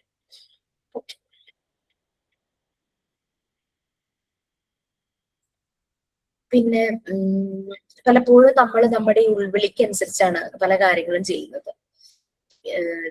പല സമയത്തും നമ്മളുടെ വില്ലൻ അഗെയിൻസ്റ്റ് ആയിട്ട് നമ്മൾ ചിലപ്പോ കമ്പൽ ചെയ്യപ്പെടുന്നു ചെയ്യാനായിട്ട്. നമുക്ക് ബോധത്തോടെ ഇരിക്കുമ്പോൾ നമ്മൾ വളരെ കോൺഷ്യസ് ആയിട്ടിരിക്കുമ്പോൾ നമ്മൾ നല്ല കാര്യങ്ങൾ ചെയ്യാനായിട്ട് ശ്രമിക്കുക. കാരണം മറ്റുള്ളവർ നമ്മൾ ശ്രദ്ധിക്കുന്നുണ്ടല്ലോ, നമ്മൾ കോൺഷ്യസ് ആണ്. പക്ഷെ നമ്മൾ അൺകോൺഷ്യസ് ആകുമ്പോൾ, പ്രത്യേകിച്ചും ഈ അബോധാവസ്ഥയിലൊക്കെ പോകുന്ന എന്തെങ്കിലും കണ്ടീഷൻസ് വരുമ്പോൾ ഒരു പക്ഷെ അതുവരെയും കണ്ട ഒരു വ്യക്തി ആയിരിക്കില്ല പിന്നെ ആകുന്നത്. ഇത് ഹിപ്നോട്ടിസം വഴി ആൾക്കാർ ചെയ്യാറുണ്ട്. ഹിപ്നോട്ടിസം ശരിക്കും അതൊരു സയൻസ് അല്ല എന്നാണ് ശരിക്കും പറയുന്നത്. ഹിപ്നോട്ടിസം എന്ന് പറയുന്നത് അതായത് ഒരാളെ ഇങ്ങനെ ഉറക്കിയിട്ട് അയാളുടെ സബ് കോൺഷ്യസ് മൈൻഡിലുള്ള കാര്യങ്ങൾ അറിഞ്ഞ് അങ്ങനെ, അതൊക്കെ എത്രത്തോളം സയന്റിഫിക് ആണെന്നറിയില്ല. എനിവേ അതെന്ന് പറഞ്ഞു കഴിഞ്ഞാൽ നമ്മൾ അറിയാതെയാണ് കാര്യങ്ങൾ ചെയ്യുന്നത് അല്ലെ, കാര്യങ്ങൾ പറയുന്നത് അറിയാതെയാണ്. നമ്മുടെ കോൺഷ്യസ് മൈൻഡിനെ ഉറക്കിയിട്ട് സബ് കോൺഷ്യസ് മൈൻഡ് 24 hours ഉണർന്നിരിക്കുന്ന ഒരു ഫാക്ടറി പോലെയാണ്. ആ സബ് കോൺഷ്യസ് മൈൻഡിൽ നിന്നുള്ള സാധനങ്ങൾ ചോദിച്ച് മനസ്സിലാക്കുക. ഇപ്പൊ അങ്ങനെ ചില കാര്യങ്ങളും ചെയ്യാം. അതും അങ്ങനെ കമ്പൽ ചെയ്യപ്പെടുന്നുണ്ട് ഹ്യൂമൻ ബീയിങ്സ്. ആ ഒരു ഫോഴ്സ് ഇതൊന്നും നമുക്ക് അത്ര ആവശ്യമൊന്നുമില്ല കേട്ടോ. ഹോം ഇങ്ങനെ വാസ്റ്റ് ആയിട്ട് ഇങ്ങനെ എക്സ്റ്റെൻഡ് ചെയ്തിരിക്കുവാണ്. ശരിക്കും നമ്മൾ ബോധത്തോടെ ഇരിക്കുന്ന സമയത്ത് നമുക്കൊരു പർപ്പസ്ഫുൾ ആക്ടിവിറ്റി ചെയ്യാനായിട്ട് നമ്മളെ ഗൈഡ് ചെയ്യുകയും പുഷ് ചെയ്യുകയും ചെയ്യുന്ന ഒരു ഇന്റേണൽ ഫോഴ്സ് ആണ് ഹോം. നമ്മളെ അൺകോൺഷ്യസ് ആക്കിയിട്ടും ഈ ഹോമിനെ കൊണ്ട് കമ്പൽ ചെയ്തുള്ള ആക്ടിവിറ്റി ചെയ്യാറുണ്ടെന്നുള്ളതാണ് ഹിപ്നോട്ടിസം എന്നുള്ളത് പറഞ്ഞത്. അത് നമുക്ക് ആവശ്യമുള്ളതല്ല. പിന്നെ കൊച്ചുകുട്ടികളില് ഈ ഫോഴ്സ് നമ്മൾ കുറച്ചു മുമ്പ് പറഞ്ഞല്ലോ, മോളിക്യൂൾസ് പോലെ അവിടെ എവിടെയാണ് ഈ ഫോഴ്സ് എന്ന് പറഞ്ഞല്ലോ. കൊച്ചുകുട്ടികളിൽ ഇതിങ്ങനെ ഡിസോർഡർ ആയിട്ടാണ് കിടക്കുന്നത്. ഒരു ക്രൗഡ് പോലെ ഇങ്ങനെ അവിടെ അവിടെയൊക്കെ ആയിട്ട് ഇങ്ങനെ ഒരു അങ്ങനെയാണ് ഡിസോർഡർ ആയിട്ടാണ് കിടക്കുന്നത്. വലുതാകുമ്പോഴാണ് അതെല്ലാം ഒരു ഓർഡർ ആകുന്നത്. അതാണ് നമ്മൾ പറഞ്ഞത്, ഒരു അഡൾട്ട് ചെയ്യുന്ന പോലെയല്ല കുട്ടികൾ കാര്യങ്ങൾ ചെയ്യുന്നത്. ആസ് ആൻ അഡൾട്ട് നമ്മൾ പ്രാക്ടീസ് ചെയ്ത് നമ്മൾ ആ കാര്യത്തിന്റെ പീക്ക് ലെവലിലെത്തി, ആ ഒരു പെർഫെക്ഷൻ എന്നുള്ള ലെവലിലെത്തി. പക്ഷെ കുട്ടി തുടങ്ങിയിട്ടേ ഉള്ളൂ. അവരുടെ ഉള്ളിലെ ഫോഴ്സ് എല്ലാം അവിടെ ഡിസോർഡർ ആയിട്ടാണ് കിടക്കുന്നത്. ഒരു ക്രൗഡഡ് പോലെ കിടക്കുകയാണ്. അതെല്ലാം കൂടെ നല്ല പോലെ വന്ന് ഒരു പെർഫെക്റ്റ് ആകണം. അതാണ് റിപ്പിറ്റേഷൻ അവരെ ഡെവലപ്പ് ചെയ്യുന്നുള്ളത് നമ്മൾ പറഞ്ഞത്. പലതവണ ചെയ്യുമ്പോൾ നമ്മൾ 3rd യൂണിറ്റിൽ പറഞ്ഞു, റിപ്പിറ്റേഷൻ ആണ് അവരുടെ ഡെവലപ്മെന്റിന് ഹെൽപ്പ് ചെയ്യുന്നതെന്ന് പറഞ്ഞു. പലതവണ ചെയ്യണം. നമ്മൾ വിചാരിക്കും കൊച്ചിൽ നിന്ന് മടുക്കുന്നില്ലേ, അവര് വെള്ളം ഒഴിച്ച് കളിക്കുമെന്ന് വിചാരിച്ചു ഒരു ക്ലാസ്സിൽ നിന്ന് മറ്റേ ക്ലാസ്സിലേക്ക് ഒഴിച്ച് ഇങ്ങനെ കുറേ തവണ കളിച്ചുകൊണ്ടേയിരിക്കും. ആദ്യമൊക്കെ ഒഴിക്കുമ്പോൾ കുറെ സ്പിൽ ഔട്ട് ആവുമായിരിക്കും. കുറച്ച് കഴിയുമ്പോഴേക്കും ആ സ്പിൽ ഔട്ട് ആകുന്നത് കുറഞ്ഞു വരും. അപ്പൊ അവരുടെ ഹോം ഒരു ഓർഡറിലായി, അവരുടെ ഉള്ളിൽ നിന്ന് പുഷ് ചെയ്യുന്ന ഇന്നർ ഗൈഡ് ഒരു ഓർഡറായി. കാരണം കുട്ടിക്ക് ഓർമ്മയുണ്ട്, ആദ്യം ഞാൻ ചെയ്തപ്പോ ഇത്രയും വെള്ളം പോയി, രണ്ടാമത് ചെയ്യുമ്പോൾ ശ്രദ്ധിക്കുന്നു അപ്പോഴും കുറച്ച് പോയി, നേരത്തേനേക്കാളും കുറവായി. അങ്ങനെ ചെയ്ത് വെള്ളം ഒട്ടും സ്പിൽ ഔട്ട് ആകാതെ കുട്ടിക്ക് ചെയ്യാനായിട്ട് പറ്റും.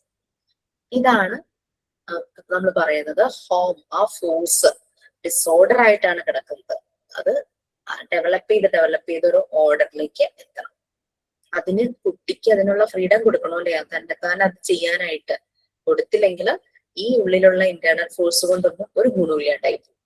അവരെത്ര ട്രിഗർ ചെയ്താലും നമ്മൾ പുറത്തു നിന്നുകൊണ്ട് തടഞ്ഞുകൊണ്ടേയിരിക്കുക, കുട്ടി ചെയ്യേണ്ട എന്നുള്ള രീതിയിൽ. കുട്ടികളെ ഫ്രീ ആക്കി വിടണമെന്ന് പറയുന്നതിന് ഒരു റീസൺ അതാണ്.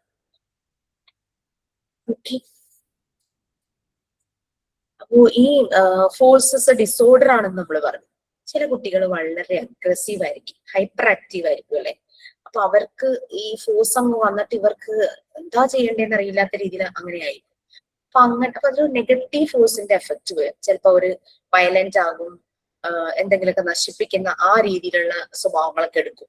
അപ്പൊ ഇവരെ ഒന്ന് ആ നെഗറ്റീവ് ഫോഴ്സസിനെ ഫേസ് ചെയ്യാവുന്ന രീതിയിൽ ആ കുട്ടിയെ ആക്കിയെടുക്കണം. അതാണ് പലപ്പോഴും ഇവരുടെ ഹൈപ്പർ ആക്റ്റീവായ കുട്ടികളെ അവരുടെ ആ എക്സ്ട്രാ എനർജീനെ വേറെ എന്തിലേക്കെങ്കിലും ഡീവിയേറ്റ് ചെയ്ത് അവർ ചെയ്ത് അങ്ങ് തളർത്തണം എന്നുള്ള രീതിയിൽ ചില തെറപ്പികളിലൊക്കെ കണ്ടിരിക്കുന്നത് കുട്ടി ഇങ്ങനെ അടങ്ങിയിരിക്കില്ല. ഇങ്ങനെ ഭയങ്കര ഹൈപ്പർ ആക്റ്റീവ് ആയിട്ടുള്ള ഒരു കുട്ടി എപ്പോഴും ഓടിക്കൊണ്ടിരിക്കും, തലകുത്തി നിൽക്കും. ഇങ്ങനെയുള്ള കുട്ടികളെ ഈ വലിയ ബോൾ ഉണ്ടല്ലോ ജിമ്മിലൊക്കെ കണ്ടിട്ടില്ല, ആ ബോളിനകത്ത് എത്തിയിട്ട് ഇങ്ങനെ അതിലിങ്ങനെ ബൗൺസ് ചെയ്യാനായിട്ട് പറയും. അങ്ങനെ അവരുടെ എനർജി മുഴുവനും അതിലേക്ക് ഇങ്ങനെ ആ ആക്ടിവിറ്റിയിലേക്ക് ഇങ്ങനെ പോയി കുറച്ച് കുട്ടിയെന്ന് ആ ഒരു സാച്ചുറേഷൻ ലെവലിലേക്ക് എത്തി. പിന്നെ അതങ്ങ് സബ്മിസീവ് ആകും. അങ്ങനെ പല ആക്ടിവിറ്റീസ് കുട്ടികളെ കൊണ്ട്, ഈ ഹൈപ്പർ ആക്റ്റീവ് ആയിട്ടുള്ള കുട്ടികളെ കൊണ്ട് ചെയ്യിക്കാറുണ്ട്. അത് ഇതാണ്. പലപ്പോഴും അത് നെഗറ്റീവ് എഫക്റ്റ് വരുത്താനുള്ള ചാൻസസ് ഉണ്ട്. അങ്ങനെ വരുമ്പോൾ നമ്മൾ അതിനെ മാറ്റി എടുക്കണം എന്നുള്ളത്. ആ എക്സ്ട്രാ കൂടുതൽ എനർജീനെ വേറെ എന്തിലേക്കെങ്കിലും ഒരു പോസിറ്റീവ് വേയിലേക്ക് ഡൈവേർട്ട് ചെയ്ത് കൊടുക്കണം എന്നാണ് പറയുന്നത്. സ്കൂൾ ചെയ്യാൻ മറന്നു. മാം ഒരു ഡൗട്ട് ചോദിച്ചിട്ട് മാം, അപ്പൊ ഈ ഹോം ഓർഡറിൽ കുട്ടികളിലാവാനായിട്ട് നമ്മൾ അവരുടെ ആ ഒരു അവരെ ലെറ്റ് ദം ഫ്രീ ആക്കണം എക്സ്പീരിയൻസ് ചെയ്യാനായിട്ട് ന്യൂ കാര്യങ്ങള്. അപ്പൊ ആണോ അത് ഓർഡറിലായിട്ട് വരിക അല്ലെ? അതെ, കാരണം നമുക്ക് ഈ വെള്ളം കുടിക്കുന്നതൊക്കെ നമുക്ക് കാണാനായിട്ട് പറ്റും. കുറെ ഇങ്ങനെ പോകും. അപ്പൊ പാരന്റ്സ് പൊതുവെ എന്താ ചെയ്യുന്നത്, അങ്ങനെയൊന്നും ആവാതിരിക്കാൻ അവര് തന്നെ ചെയ്യാനൊരു ടെൻഡൻസി കാണിക്കും. അതായത് നമ്മള് വേറൊരു കാര്യം ഉണ്ട് അതിനകത്ത്. അതായത് ആ ഒരു ഏജില് ആ കുട്ടിക്ക് അത് തന്നെ ചെയ്യാൻ പറ്റുമെങ്കിൽ അവരെ തന്നെ ചെയ്യാൻ അനുവദിക്കുക. അവരെ കൊണ്ട് പറ്റാത്ത കാര്യം അവരെ കൊണ്ട് ചെയ്യിക്കുക എന്നതല്ല, തന്നെ ചെയ്യാൻ പറ്റുന്ന കാര്യങ്ങൾ അവർ തന്നെ ചെയ്യട്ടെ. അതിപ്പോ ഷൂ ഇടുന്നതാണെങ്കിലും എന്താ പറയാ, ഈ പ്ലേറ്റ് ഒക്കെ കഴിച്ചു കഴിഞ്ഞ് ചില കുട്ടികൾ നമ്മൾ ചെയ്യുന്ന പോലെ തന്നെ വാഷ് ബേസിന്റെ അവിടെ കൊണ്ടുപോയി വെക്കൂലേ, അപ്പൊ അത് കൊണ്ടുപോയി വെക്കാൻ പോകുന്നതും അതെല്ലാം. അതായത് ഓവർ പ്രൊട്ടക്റ്റീവ് ചെറുപ്പത്തിലേ തന്നെ കുട്ടികളെ ആക്കാതിരിക്കുക എന്നുള്ളതാണ്. അത് ആൺകുട്ടിയാണെങ്കിലും പെൺകുട്ടിയാണെങ്കിലും. കാരണം എന്താന്ന് വെച്ചാല് ഈ ഓവർ പ്രൊട്ടക്റ്റഡ് ആയിട്ടുള്ള കുട്ടികളെ വലുതായി കഴിഞ്ഞു കഴിഞ്ഞാൽ കല്യാണം കഴിക്കാൻ ശരിക്കും കൊള്ളില്ല. കാരണം എന്താന്ന് വെച്ചാൽ പ്രത്യേകിച്ചും ബോയ്സിനെ അമ്മമാര് ഇപ്പൊ അങ്ങനെ ആല്ലാന്ന് തോന്നുന്നു, ആ രീതിയിൽ വളർത്തുന്നത് എല്ലാം അവര് തന്നെ ചെയ്തു കൊടുക്കും. എന്നാൽ പെൺകുട്ടി അടുക്കളയിലെ കാര്യങ്ങൾ ചെയ്യേണ്ടതാണ്, ഡ്രസ്സ് വാഷ് ചെയ്യേണ്ടതാണ്, വീട് ക്ലീൻ ചെയ്യേണ്ടതാണെന്നുള്ള രീതിയിൽ പെൺകുട്ടിയെ ഗൈഡ് ചെയ്യും. അപ്പൊ എന്ത് വെച്ചാൽ ഈ പെൺകുട്ടികൾ ഈ ഓവർ പ്രൊട്ടക്റ്റഡ് ആയിട്ടുള്ള ഒരു ആൺകുട്ടിയെ കല്യാണം കഴിക്കാൻ വരുന്ന പെൺകുട്ടി ശരിക്കും പറഞ്ഞു കഴിഞ്ഞാല് സ്വന്തമായിട്ടൊരു കുഞ്ഞുണ്ടാകുന്നതിന് മുമ്പ് ഭർത്താവ് എന്നുള്ള കുട്ടിയുടെ കാര്യം കൂടെ നോക്കേണ്ടി വരും. ഈ അമ്മ ഇങ്ങനെ ഗൈഡ് ചെയ്യുന്ന ആൺകുട്ടികൾ സ്വന്തമായിട്ടൊരു കുട്ടി ഉണ്ടാവുന്നതിന് മുമ്പ് ഓൾറെഡി ഒരു കുട്ടിയെയും കൂടെ നോക്കണം. അയാൾക്കൊന്നും ചെയ്യാൻ അറിയില്ല. അപ്പൊ അയാളുടെ ഉള്ളില് ആ ഒരു ഇത് ഇൻജക്റ്റഡ് ആയേക്കുക. എന്റെ കാര്യങ്ങളൊക്കെ ചെയ്തു തരാനായിട്ട് അപ്പൊ അമ്മ അച്ഛന് വേണ്ടി ചെയ്തു കൊടുക്കുന്നുണ്ടെന്ന് വിചാരിച്ചു. ഇത് കണ്ടായിരിക്കും ഈ ആൺകൊച്ചു വളരുന്നത്. മീൻസ് അത് അമ്മയുടെ ഡ്യൂട്ടിയാണ്. സോ ഇതുപോലെ ഞാനും വലുതാവുമ്പോ എന്റെ കാര്യങ്ങൾ ചെയ്യാനായിട്ട് ഒരാൾ വരും എന്നുള്ളത് അവന്റെ ഉള്ളിൽ ഇങ്ങനെ നിറഞ്ഞിരിക്കും.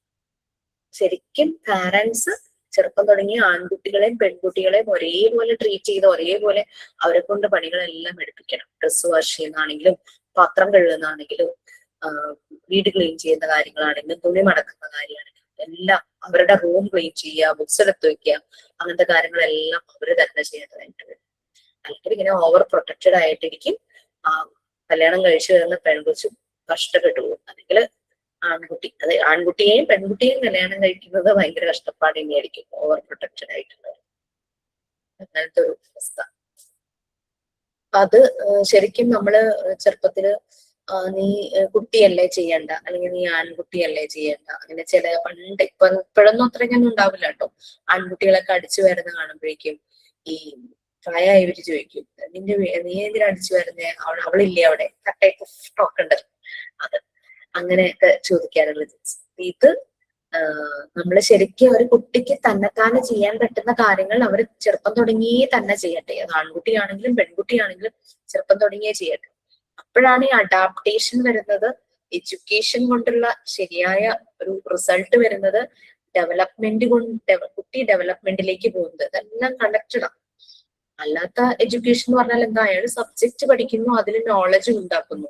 അല്ലാതെ അയാൾക്ക് സൊസൈറ്റിയുടെ നീഡ്, ഫാമിലിയുടെ നീഡ് അനുസരിച്ച് എന്ത് ചെയ്യണമെന്ന് അറിയില്ല. അതറിയണമെങ്കിൽ ഈ രീതിയിൽ പോകണം. വീട്ടിൽ നിന്നേ തുടങ്ങണം വിദ്യാഭ്യാസം. എഡ്യൂക്കേഷന്റെ പ്രൈം ഫാക്ടേഴ്സ് എന്ന് പറയുന്നത് ഫാമിലിയാണ്. പാരന്റ്സ് ആണ് ആദ്യത്തെ എഡ്യൂക്കേറ്റേഴ്സ് എന്ന് പറയുന്നത്. നമ്മൾ പറഞ്ഞു കുട്ടികളിൽ ഇങ്ങനെ ഈ ഫോഴ്സസ് ഇങ്ങനെ ഡിസോർഡർ ആയിട്ടാണ് കിടക്കുന്നതെന്ന് പറഞ്ഞു അല്ലെ. ഈ ഡിസോർഡർ ആയിട്ട് കിടക്കുന്നതുകൊണ്ട് ഇവർക്ക് അറിയില്ല ഓരോ കാര്യത്തിനും എത്ര ഫോഴ്സ് അപ്ലൈ ചെയ്യണം എന്നുള്ളത്. ഇപ്പം പാത്രം കൊണ്ടുവന്ന് എവിടെയെങ്കിലും വെക്കാൻ പറഞ്ഞു, കുട്ടി ഭയങ്കര ആയാസപ്പെട്ട് പാത്രവും പിടിച്ച് കൊണ്ടുപോയി വെക്കുമ്പോ മേ ബി വെക്കുമ്പോ ഭയങ്കര ഒച്ച കേൾക്കാം, അല്ലെങ്കിൽ ചിലപ്പോ താഴേക്ക് വീണ് പോവാം, അങ്ങനെയൊക്കെ വരാം. അപ്പൊ നീ ഇതെന്താ ചെയ്തതെന്ന് ചോദിക്കുമ്പോ കുട്ടിക്ക് ഐ ഡോണ്ട് നോ എന്ന് പറയാനേ അറിയും. കുട്ടികൾ തമ്മിൽ കളിക്കുമ്പോ നമ്മൾ കണ്ടിട്ടില്ലേ, ഭയങ്കര കളിയായിരിക്കും. കളിയുടെ എനർജി കൂടി ചിലപ്പോ കാണാം ഒരാള് വീഴണം. അപ്പൊ മറ്റു കുട്ടികൾ പറയും ആ കുട്ടിയുടെ പുറകിൽ നിന്ന ആളെ അവനെ ഉന്തിയിട്ടതാന്ന് പറയും.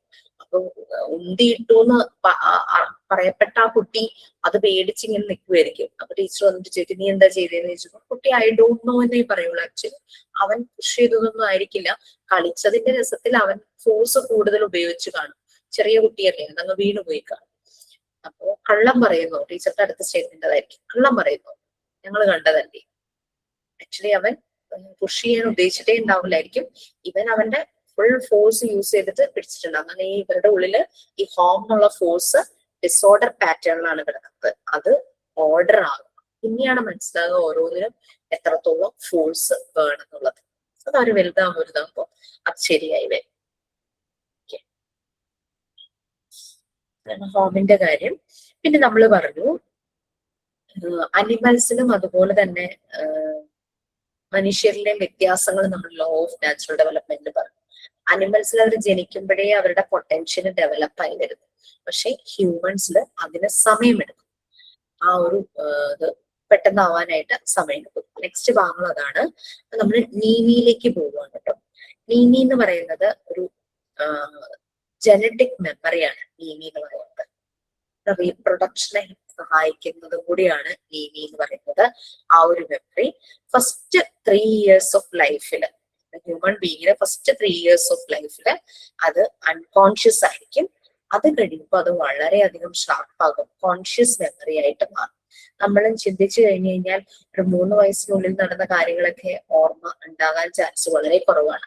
ബട്ട് ആഫ്റ്റർ 3 years നമുക്ക് കുറേ കാര്യങ്ങൾ നല്ല ഓർമ്മയുണ്ടായിരിക്കും. നടന്ന സ്ഥലവും നടന്ന സംഭവവും ഫീലിങ്സും എല്ലാം നമുക്ക് ചിലപ്പോൾ എക്സ്പീരിയൻസ് ചെയ്യാനായിട്ട് പറ്റും. അത് കറക്റ്റ് ആ 3 years ശേഷമുള്ള കുറേ കാര്യങ്ങൾ നല്ല ഓർമ്മയായി ഇപ്പോഴും. അതിന്റെ ഇടയിലൊക്കെ അത് കഴിഞ്ഞിട്ട് കുറെ കാര്യങ്ങളൊക്കെ ചിലപ്പോൾ മറന്നുപോയിട്ടുണ്ടെങ്കിലും ഞാൻ നഴ്സറി പഠിക്കുന്ന സമയത്ത് കുറെ കാര്യങ്ങളൊക്കെ എനിക്ക് ഇപ്പോഴും നല്ല ഓർമ്മയുണ്ട്. അപ്പൊ നമുക്ക് ആ 3 years കഴിയുമ്പോൾ മെമ്മറി ശരിക്കും ഷാർപ്പാകുകയാണ്. പിന്നെ നമ്മൾക്ക് വേറെ ഒന്നും ചിന്തിക്കാനില്ലല്ലോ ആ പ്രായത്തിൽ. അതുകൊണ്ടാണ് അതൊക്കെ നല്ല ഓർമ്മ വരുന്നത്. പിന്നെ നമ്മള് കുറച്ചുകൂടെ വലുതാകുമ്പോൾ പല പല കാര്യങ്ങൾ വന്ന് ചില കാര്യങ്ങളൊക്കെ നമുക്ക് അത്ര പെട്ടെന്ന് ഓർമ്മ ഉണ്ടാവില്ലായിരിക്കാം. 3 years വരെയും അൺകോൺഷ്യസ് ആണ് നമ്മുടെ മെമ്മറി. അപ്പം നീമി എന്ന് പറയുന്നത് നമ്മുടെ മെമ്മറി തന്നെയാണ്. ഡോക്ടർ മോണ്ടിസോറി അതിനെ നീമി എന്ന് വിളിക്കുന്നു എന്ന് എഴുതും. ഒരു സ്പെഷ്യൽ ടൈപ്പ് ഓഫ് മെമ്മറിയാണ് നീമി എന്ന് പറയുന്നത്. നമ്മളുടെ ചുറ്റും, ഒരു കുട്ടിയുടെ ചുറ്റും കാണുന്ന ആ ലോകത്തിലെ കാര്യങ്ങളെ മുഴുവനും കുട്ടി അബ്സോർബ് ചെയ്യുകയും ഇംപ്രഷൻ ആയിട്ട് സ്റ്റോർ ചെയ്യുകയും ചെയ്യുന്നത്. നമ്മൾ അബ്സോർബൻ മൈൻഡ് എന്ന് പറഞ്ഞില്ലേ കുട്ടികളുടെ, അത് തന്നെയാണ്. അതിന്റെ മെമ്മറിയാണ് നീമി. അതൊരു ജനറ്റിക് മെമ്മറിയാണ്. എല്ലാ ലിവിങ് ബീയിങ്സിലും നീമി ഉണ്ട്. അതാണ് ഇതിന്റെ. അത് അനിമൽസ് ആയിക്കോട്ടെ, മനുഷ്യരായിക്കോട്ടെ, പ്ലാന്റ്സ് ആയിക്കോട്ടെ. പ്ലാന്റ് ലൈഫിലും അനിമൽ ലൈഫിലും എല്ലാം ഈ മെമ്മറി ഉണ്ട്. അതില് ഒരു വ്യത്യാസം എന്ന് പറഞ്ഞു കഴിഞ്ഞാല് 2 കൈൻഡ് ഉണ്ട്. ഫസ്റ്റ് വൺ ഫിസിക്കൽ കൈൻഡ് ആണ്. സെക്കൻഡ് വൺ സൈക്കിക് ആണ്, അതായത് മൈൻഡുമായിട്ട് കണക്റ്റഡ് ആണ്. ഫിസിക്കൽ കൈൻഡ് എല്ലാ ലൈഫ് ഫോംസിലും ഉണ്ടാകും. അതായത് പ്ലാന്റ്സിലുണ്ട്, അനിമൽസിലുണ്ട്, ഹ്യൂമൻ ബീയിങ്ങിലുണ്ട്. അത് അവരുടെ റീപ്രൊഡക്ഷൻ വരുന്നത് ഇതുമായിട്ട് കണക്റ്റഡ് ആണെന്നാണ് പറയുന്നത്, മെമ്മറി ആയിട്ട് കണക്റ്റഡ്. പക്ഷെ സെക്കൻഡ് മെമ്മറി സൈക്കിക് നീ, അത് അനിമൽസിലും അതുപോലെ തന്നെ ഹ്യൂമൻ ബീയിങ്ങിലും ഉണ്ടെങ്കിലും രണ്ടിലും അത് ഡിഫറെന്റ് ആണ്. പ്ലാൻ ലൈഫിൽ അതില്ല.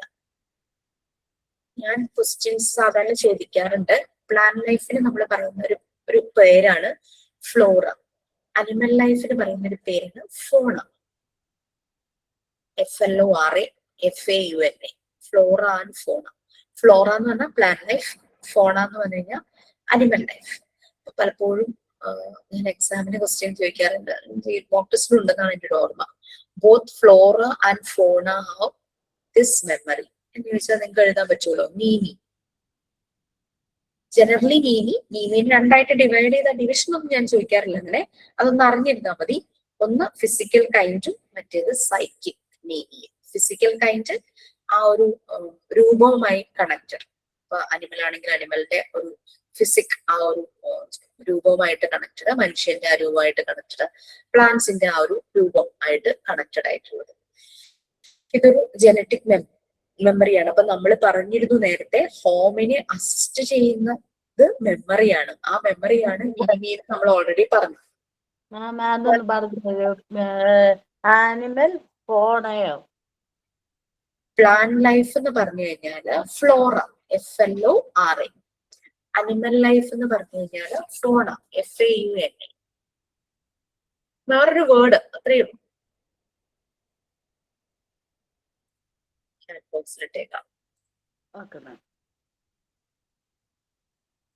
ക്വസ്റ്റ്യൻ ഞാൻ തരുമ്പോൾ നിങ്ങൾക്ക് അത് മനസ്സിലാവും. ക്വസ്റ്റ്യൻ തന്നാലും ഞാൻ ബ്രാക്കറ്റില് അനിമൽ ലൈഫ്, പ്ലാൻ ലൈഫ് എന്ന് കൊടുക്കും കേട്ടോ. കാരണം എന്താന്ന് വെച്ചാല് ക്ലാസ്സിലല്ലേ പറയണത്, ടെക്സ്റ്റിലും ഇല്ലല്ലോ. ഈ പറയുന്ന റെക്കോർഡ് ക്ലാസ് കാണാത്തവരൊക്കെ ഉണ്ടാവില്ല. അതുകൊണ്ട് ജസ്റ്റ് ബ്രാക്കറ്റിൽ അനിമൽ ലൈഫ് അല്ലെങ്കിൽ പ്ലാൻ ലൈഫ് എന്ന് കൊടുക്കാറുണ്ട് ക്വസ്റ്റ്യൻസിൽ. അപ്പൊ അതുകൊണ്ട് ടെൻഷൻ വേണ്ട. കഴിഞ്ഞ ക്ലാസ്സിൽ പറഞ്ഞു എന്നാണ് എൻ്റെ ഒരു ഓർമ്മ. നമ്മള് പ്ലാൻ ലൈഫിൽ മെമ്മറി ഉണ്ടെന്ന് നമ്മൾ പറഞ്ഞത്, അതായത് നമ്മള് ആ ചെടിയുടെ അടുത്ത് നിന്ന് എന്തെങ്കിലും ആ ചെടിയോട് സംസാരിച്ചു കഴിഞ്ഞു കഴിഞ്ഞാൽ അതിനൊരു റിഫ്ലക്ഷൻ പിന്നീട് എപ്പോഴെങ്കിലും ഉണ്ടാവും. പൂവിട്ടില്ലെങ്കിൽ, മര്യാദയ്ക്ക് പൂവിട്ടില്ലെങ്കിൽ വെട്ടിക്കളയെന്ന് പറഞ്ഞു കഴിഞ്ഞാൽ നിറയെ പൂവായിരിക്കും എന്നെ പേടിച്ചിട്ട്. അതുപോലെയുള്ള തെങ്ങ് എനിക്കുണ്ട്. തെങ്ങ് പക്ഷെ പേടിപ്പിച്ചൊന്നുമില്ല കേട്ടോ. തെങ്ങിന്റെ ചോട്ടിൽ നിന്ന് എല്ലാ മനുഷ്യരും അത് വെട്ടിക്കളയോ അത് വെട്ടിക്കളയോ അത് വെറുതെ ഇവിടെ നിർത്തി നമുക്ക് നിന്നോട്ട് പറിക്കാൻ പറ്റുന്ന കുഞ്ഞു തെങ്ങാണ്. കരിക്കിനൊക്കെ പറ്റും. എക്സ്പീരിയൻസ് ഉണ്ട് കേട്ടോ. എന്റെ വീട്ടിൽ റംബുട്ടാൻ കഴിക്കാതിരിക്കുന്ന റംബുട്ടാൻ ഇതുപോലെ മമ്മി ഇതുപോലെ പറഞ്ഞു പാത്രത്തിൽ കൊണ്ട് നിന്നെ ഞാൻ അടുത്ത വർഷം വെക്കുമെന്ന് പറഞ്ഞു. സെയിം അത് അടുത്ത വർഷത്തിൽ കഴിച്ചു. അതെ, വെറുതെ അവർക്ക് ആ മെമ്മറി ഉണ്ട്. അതാണ് അവരുടെ റീപ്രൊഡക്ഷനുമായിട്ട് കണക്റ്റഡ് ആണ് ആ മെമ്മറി എന്ന് പറഞ്ഞാൽ മനസ്സിലായില്ലേ. ഇവിടെ റീപ്രൊഡക്ഷന്റെ സിമ്പിൾ കാണിച്ചു കൊടുത്തു. അതാണ് പ്ലാന്റ് ലൈഫിനും അനിമൽ ലൈഫിനും ഈ ഒരു മെമ്മറി ഉണ്ട്. നീനി അത് ഫിസിക്കൽ കൈൻഡ് ആണ് പ്ലാന്റ് ലൈഫിനുള്ളത്. മറ്റേ സൈക്കിക് നീനി മൈൻഡുമായിട്ട് കണക്റ്റഡ് ആയിട്ടുള്ളത് അത് അനിമൽസിനും ഹ്യൂമൻസിനും മാത്രമേ ഉള്ളൂ. ഈ മൈൻഡുമായിട്ട് കണക്റ്റഡ് ആയിട്ടുള്ള സൈക്കിക് നീനിയുമായിട്ട് കണക്റ്റഡ് ആയിട്ട് അനിമലിൽ വരുന്ന ഇൻബോൺ പാറ്റേണിനെ ഇൻസ്റ്റിങ്ക്റ്റ് എന്നാണ് വിളിക്കുന്നത്. അതായത് നമ്മുടെ മൈൻഡുമായിട്ട് കണക്റ്റഡ് ആയിട്ടുള്ള നീനി, സൈക്കിക് നീനി, രണ്ടാമത്തെ കാറ്റഗറി എന്ന് പറഞ്ഞാൽ നീനി, അത് അനിമൽസിൽ ഒരു ഇൻബോൺ പാറ്റേണുമായിട്ട് കണക്റ്റഡ് ആണ്. അതിനെ ഇൻസ്റ്റിങ്ക്റ്റ് എന്ന് വിളിക്കുന്നത്. ഈ സെയിം ഇൻസ്റ്റിങ്ക്റ്റ് ഹ്യൂമൻസിൽ പൊട്ടൻഷ്യൽ എന്നാണ് അറിയപ്പെടുന്നത്. നമ്മൾ ഇൻസ്റ്റിങ്ക്റ്റ് എന്നും യൂസ് ചെയ്യും, പൊട്ടൻഷ്യൽ ആണത്. ഈ പൊട്ടൻഷ്യലിനെ ഡോക്ടർ മോണ്ടിസോറി വിളിച്ചത് നെബുലേന്നായിരുന്നു. എന്തുകൊണ്ടാണ് അവർ പലതിനും പല പേരിട്ടേന്ന് മനസ്സിലായോ? അവർ ആ ഫോഴ്സിനെ, ആ വൈറ്റൽ എനർജി അല്ലെങ്കിൽ വൈറ്റൽ ഫോഴ്സ് എന്ന് അവർക്ക് വിളിക്കാമായിരുന്നു. പക്ഷെ അവരതിനെ ഹോം, നമ്മുടെ ബോഡിയിൽ ഹോർമോൺസ് ഉണ്ട്, നമ്മളെ പല കാര്യങ്ങൾ ചെയ്യാൻ ട്രിഗർ ചെയ്യുകയോ പുഷ് ചെയ്യുകയോ ചെയ്യുന്ന ഹോർമോൺസ് ആണെന്നുള്ള മീനിങ്ങിൽ അവർ ഹോം എന്നുള്ള വേർഡ് അങ്ങ് കടമെടുത്തു. അതുപോലെ തന്നെ അതിൽ പറഞ്ഞു, നമ്മൾ കെമിസ്ട്രി ആയിട്ട് കണക്ട് ചെയ്ത് അവർ പറഞ്ഞു സബ്സ്റ്റൻസിലെ മോളിക്യൂൾസ് അവിടെ എവിടെയായിട്ട് പല ഫോമിലും, ഗ്യാസില്, ലിക്വിഡില്, സോളിഡിലൊക്കെ പല രീതിയിലാണ് ഈ മോളിക്യൂൾസ് സ്കാറ്റർ ചെയ്തിരിക്കുന്നത്. അത് കുട്ടികളിൽ ഡിസോർഡർ ആയിരിക്കും എന്ന് പറഞ്ഞു. അത് കറക്റ്റ് ആയിട്ട് ഫോം ചെയ്യുന്നത് ഈ മോളിക്യൂൾസ് എല്ലാം കൂടെ ചേർന്ന് ഫോം ചെയ്യുമ്പോഴാണ് ഒരു കോമ്പൗണ്ട് ഉണ്ടാവുന്നത് ഒക്കെ നമ്മൾ കെമിസ്ട്രിയിൽ പഠിക്കുന്നുണ്ടല്ലോ. അതിന് ഡോക്ടർ മോണ്ടിസോറി പറയുന്നത് കുട്ടികളിൽ ഇത് ഡിസോർഡർ പാറ്റേൺ ആയിരിക്കും. അവർ ചെയ്ത് കാര്യങ്ങൾ ചെയ്ത് പ്രാക്ടീസ് ആയി വരുമ്പോഴേക്കും അത് നല്ല ഓർഡർ ആയിട്ട് മാറും. അതാണ് ഹോം. പിടി കിട്ടിയെന്ന് ഞാൻ വിചാരിക്കണം. കാരണം ഇത് ഇച്ചിരി നമുക്ക് മനസ്സിലാക്കിയെടുക്കാൻ ഇത്തിരി വേണം. നമ്മള് ഹോമിനെ അസിസ്റ്റ് ചെയ്യുന്നത് ഒരു മെമ്മറിയാണ്. കാരണം ഈ ഹോമിന് ഈ ഫോഴ്സ് കൊടുക്കാനേ അറിയുള്ളൂ. ഇത് കൊടുക്കണം എന്ന് ഓർമ്മപ്പെടുത്തുന്നത് നീതിയാണ്. മെമ്മറി ഉണ്ടെങ്കിലാണ്. അതാണ് ബ്രെയിനിന്റെ സിഗ്നൽസ് ചെല്ലുമ്പോഴാണ് നമ്മൾ ചെയ്യുന്നതല്ലേ ഓരോ കാര്യങ്ങൾ. പെട്ടെന്ന് നമ്മൾ നടന്നു പോവാണ്, പെട്ടെന്ന് മനസ്സിലായി സ്ലിപ്പറി റോഡാണ്, ഞാൻ എന്റെ ബോഡി ബാലൻസ് ചെയ്യണം, ബ്രെയിൻ സിഗ്നൽ തരുക. സോ ദാറ്റ് മീൻസ് നമ്മൾ അതിനനുസരിച്ച് നമ്മുടെ ബോഡിയുടെ കോർഡിനേഷൻ ബാലൻസിങ് നടക്കും. ഡ്രൈവ് ചെയ്ത് പോവാണ്, മുന്നിൽ പെട്ടെന്ന് ട്രാഫിക് അല്ലെങ്കിൽ മുന്നിലത്തെ കാറിന്റെ വേഗത കണ്ടപ്പോൾ മനസ്സിലായി ആ വണ്ടി സ്ലോ ഡൗൺ ചെയ്യാൻ പോവാണ്. സോ അതനുസരിച്ച് നമ്മൾ നമ്മുടെ വണ്ടിയുടെ അതൊക്കെ നമുക്ക് ആ ഒരു സിഗ്നൽ കിട്ടണം അല്ലേ. അപ്പോഴാണ് നമ്മൾ ആ ഫോഴ്സ് എക്സെർട്ട് ചെയ്യുന്നത്. ആ ഫോഴ്സ് എക്സെർട്ട് അതിനനുസരിച്ച് പോകുന്നത്. ഇതെല്ലാം ഇതുമായിട്ട് കണക്റ്റഡ് ആണ്. ഓക്കെ, അപ്പൊ നീനി നമ്മൾ പറഞ്ഞു 2 ടൈപ്പ് ഉണ്ടെന്ന് പറഞ്ഞു. അതിങ്ങനെ ഈ നീനിയുമായിട്ട് കണക്റ്റഡ് ആയിട്ട് അനിമൽസിൽ ചില ഇൻസ്റ്റിങ്സ് ഉണ്ട്. അത് അതിന്റെ ഇൻബോൺ പാറ്റേൺസ് ആണ്. അനിമൽസിന്റെ പ്രത്യേകത നമ്മൾ ഓൾറെഡി പറഞ്ഞിരുന്നു. അവരുടെ ഇൻബോൺ പാറ്റേൺസ്, ഈ ഇൻസ്റ്റിങ്ക്റ്റ് അത് ജനിച്ച ഉടനെ തന്നെ അങ്ങ് ഡെവലപ്പ് ആകും. പക്ഷേ ഹ്യൂമൻസിൽ ഈ ഇൻസ്റ്റിങ്ക്റ്റ് ഡെവലപ്പ് ആകാൻ സമയമെടുക്കും. അതുകൊണ്ടാണ് ഹ്യൂമൻസിന്റെ ആ ഫിസിക്കൽ സൈക്കിക് പാറ്റേണിനെ ഡോക്ടർ മോണ്ടിസോറി സ്പിരിച്വൽ എംബ്രിയോ എന്ന് പറഞ്ഞത്. ഭ്രൂണാവസ്ഥയിലാണ് ആ സൈക്കിക് പാറ്റേൺ. അതാണ് അങ്ങനെ പറഞ്ഞത്. മാം സംശയം ചോദിച്ചോട്ടെ. ഇപ്പൊ മനുഷ്യരെക്കാളും നേരത്തെ മൃഗങ്ങൾക്കാണ് പറയണത്.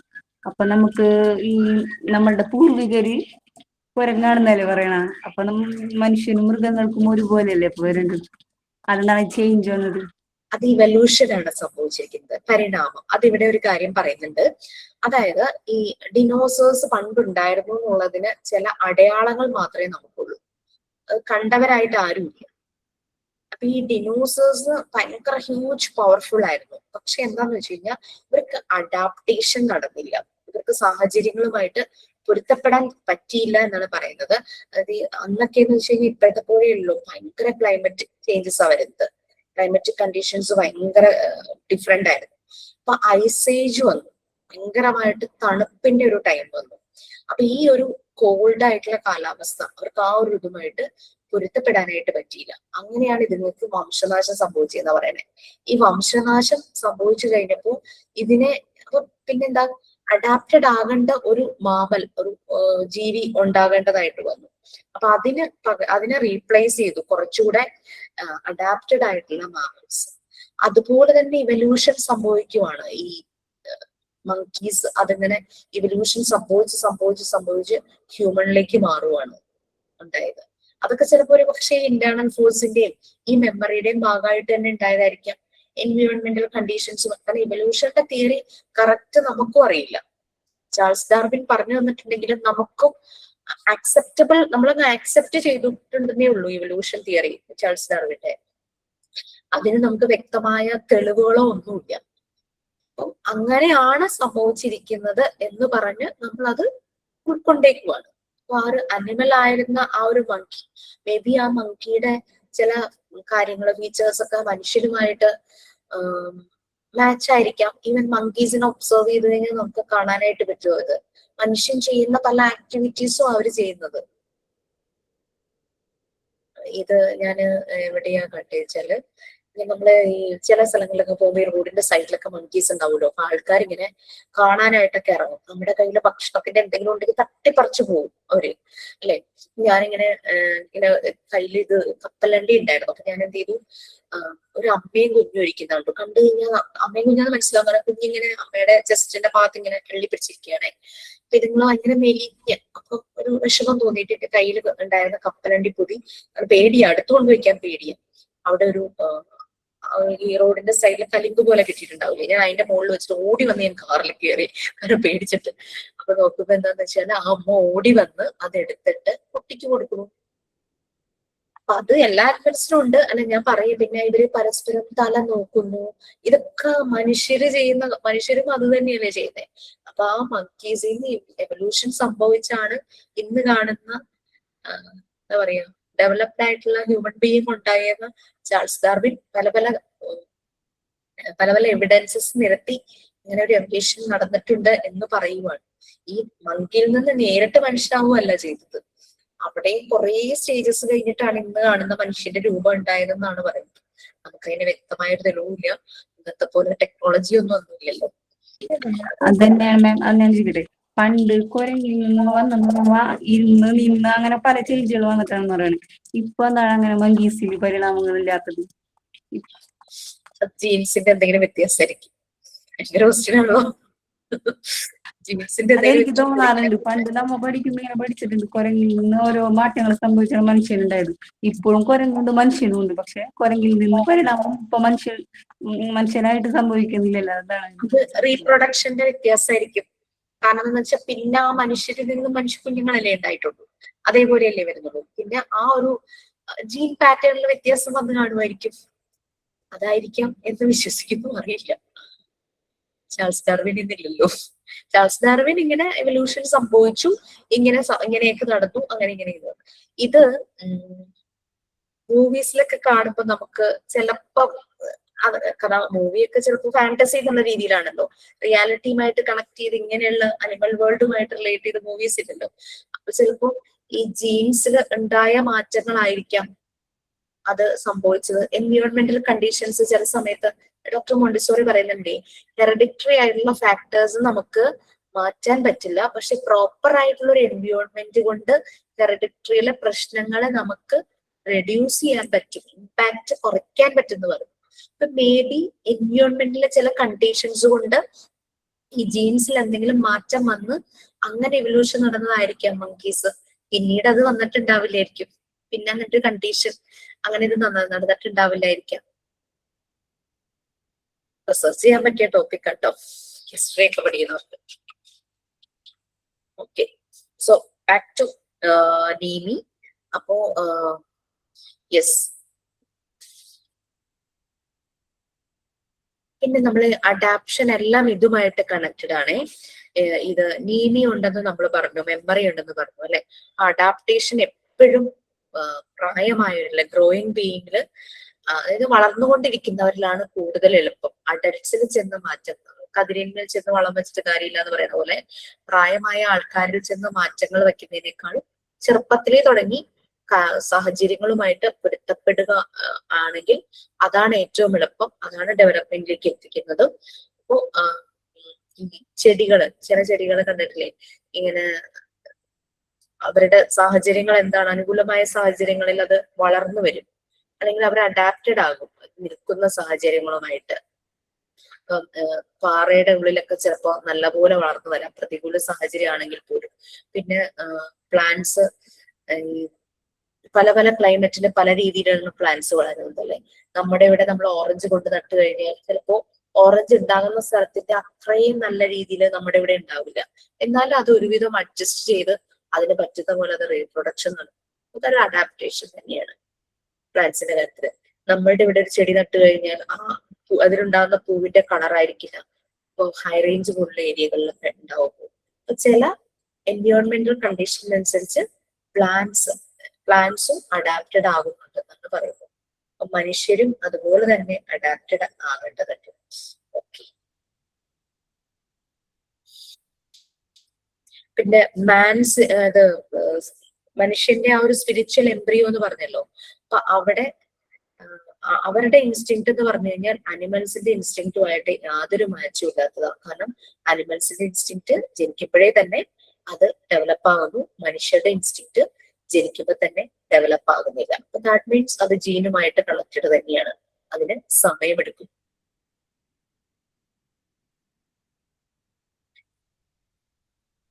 പല രീതിയിലുള്ള ഇൻസ്റ്റിങ്ക്ട് ഉണ്ട്. ഫിസിക്കൽ എംബ്രിയോ എന്ന് പറഞ്ഞ ഫിസിക്കൽ ആയിട്ടുള്ള വ്യത്യാസം മനുഷ്യരും മൃഗങ്ങളും തമ്മിലുള്ളത് ഹാർട്ട് ബീറ്റ്, ഡൈജഷൻ, അതുപോലെ അങ്ങനെ പല കാര്യങ്ങളൊക്കെ ഉണ്ടല്ലോ.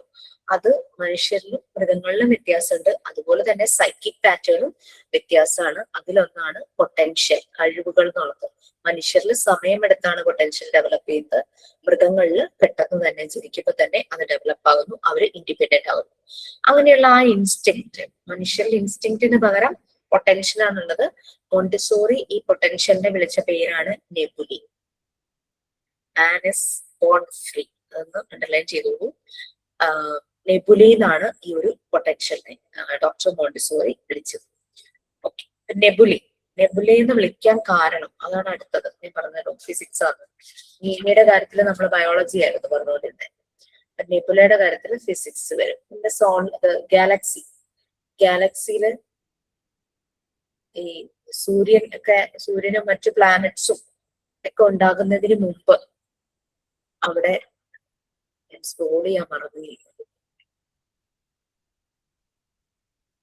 ഗാലക്സിയിൽ അവിടെ എവിടെയായിട്ട് കുറെ എനർജി ഫോഴ്സസ് അല്ലെങ്കിൽ അങ്ങനെ സ്കാറ്റർ ചെയ്ത് കിടന്നിരുന്നു, കുറെ എനർജീസ്.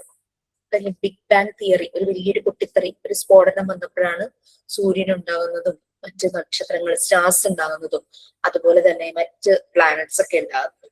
അതുപോലെ തന്നെയാണ് മനുഷ്യന്റെ ഈ ഒരു നെബുലെ എന്ന് പറയുന്നത്. ഇന്റലിജൻസുമായിട്ട് കണക്ട് ചെയ്തതാണ് നമ്മുടെ ഓരോ പൊട്ടൻഷ്യൽ എന്ന് പറയുന്നത്. അപ്പോ ഇത് ഒരു കുട്ടി ജനിക്കുമ്പോ തന്നെ കുട്ടിയിൽ നല്ല രീതിയിൽ ഉണ്ടാവില്ല, സ്കാറ്റർ ചെയ്തിട്ടുണ്ടാവുമായിരിക്കും.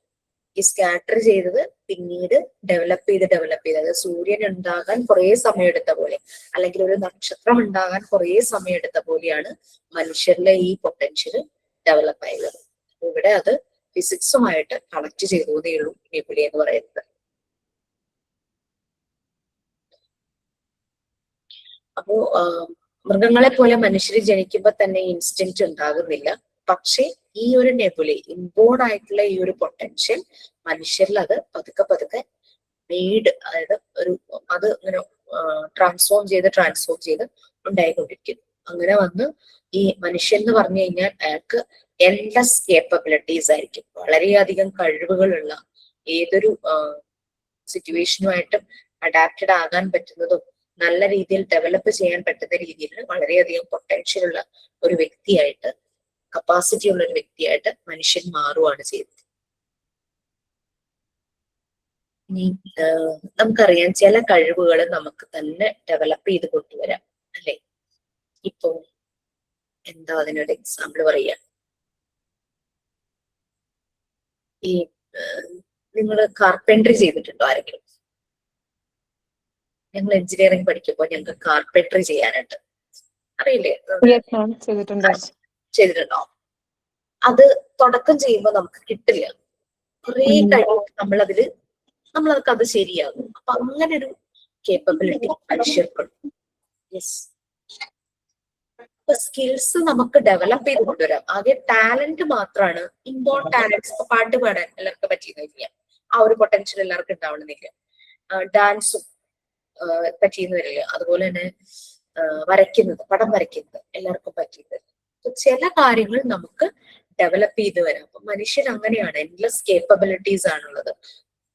ഇനി മനുഷ്യനത് സ്വയം ചെയ്യാൻ പറ്റാത്തതുകൊണ്ട് അവൻ എന്ത് ചെയ്തു, അതിനു വേണ്ടി ടെക്നോളജി കണ്ടുപിടിക്കും. അതാണ് മൃഗങ്ങളും മനുഷ്യരും തമ്മിലുള്ള വ്യത്യാസം. എനിക്ക് പടം വരയ്ക്കാൻ അറിയില്ല, പക്ഷെ AI ടൂൾ യൂസ് ചെയ്തിട്ട് അതിനോട് പറഞ്ഞു കഴിഞ്ഞാൽ എനിക്ക് പറ്റിയ ഒരു പിക്ചർ അത് വരച്ച് ഇങ്ങോട്ട് തരും. ഈ ഒരു കളറാണ് വേണ്ടതെന്ന് ആ കളറിൽ തരും. അതിനൊന്ന് കാർട്ടൂൺ പോലെ ആക്കണമെങ്കിൽ അത് കാർട്ടൂൺ പോലെ ആക്കും, അനീം പോലെ ആക്കണമെങ്കിൽ അനീം പോലെ ആക്കും. അങ്ങനെ അങ്ങനെ നമുക്ക് നമ്മളെ കൊണ്ട് ഫിസിക്കലി ചെയ്യാൻ പറ്റുന്ന കാര്യം നമുക്ക് ടെക്നോളജി യൂസ് ചെയ്ത് ചെയ്യാൻ പറ്റും. ആ ടെക്നോളജി കണ്ടുപിടിക്കാനുള്ള ബുദ്ധി, ആ ഒരു പൊട്ടൻഷ്യലും ഈ മനുഷ്യനാണല്ലോ. അതാണ് മാൻ ഹാസ് എൻലെസ് കേപ്പബിലിറ്റീസ് എന്ന് പറയുന്നത്. അത് അയാളുടെ ഡെവലപ്മെന്റിലേക്ക് കൊണ്ടുപോകും. അപ്പം അഡൾട്ട് ആകുമ്പോഴേക്കും അയാളുടെ ഉള്ളിലുള്ള ഈ പൊട്ടൻഷ്യൽ എല്ലാം തന്നെ ഡെവലപ്പ് ആയിട്ടുണ്ടാകും. മരിക്കുന്നവരെ ഈ ഡെവലപ്മെന്റ് നടന്നുകൊണ്ടേയിരിക്കും. പക്ഷെ മൃഗങ്ങളെ സംബന്ധിച്ച് അവര് ജനിച്ച് കുറച്ച് സമയം കഴിയുമ്പോൾ അത് സ്റ്റോപ്പ് ആവുകയാണ്. പിന്നെ അവർക്ക് ഫർദർ ഡെവലപ്മെന്റ് ഒന്നുമില്ല.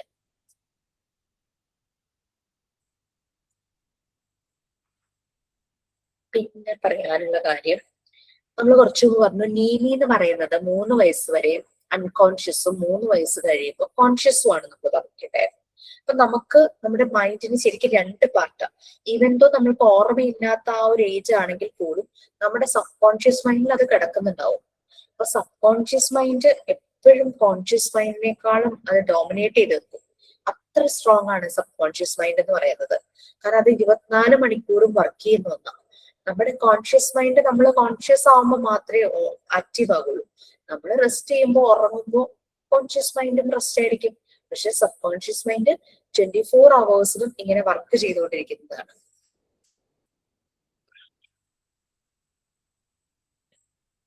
അതുകൊണ്ടാണ് പലപ്പോഴും പല കാര്യങ്ങളും ചെയ്യുമ്പോൾ നമ്മൾ ഇങ്ങനെ വിത്ഡ്രോ ചെയ്യുന്നത്. നമ്മളെ കൊണ്ട് അത് പറ്റില്ല എന്ന് നമ്മളുടെ സബ് കോൺഷ്യസ് മൈൻഡ് നമ്മൾ ഓൾറെഡി അതിനെ ഫീഡ് ചെയ്ത് വെച്ചിട്ടുണ്ടാവും.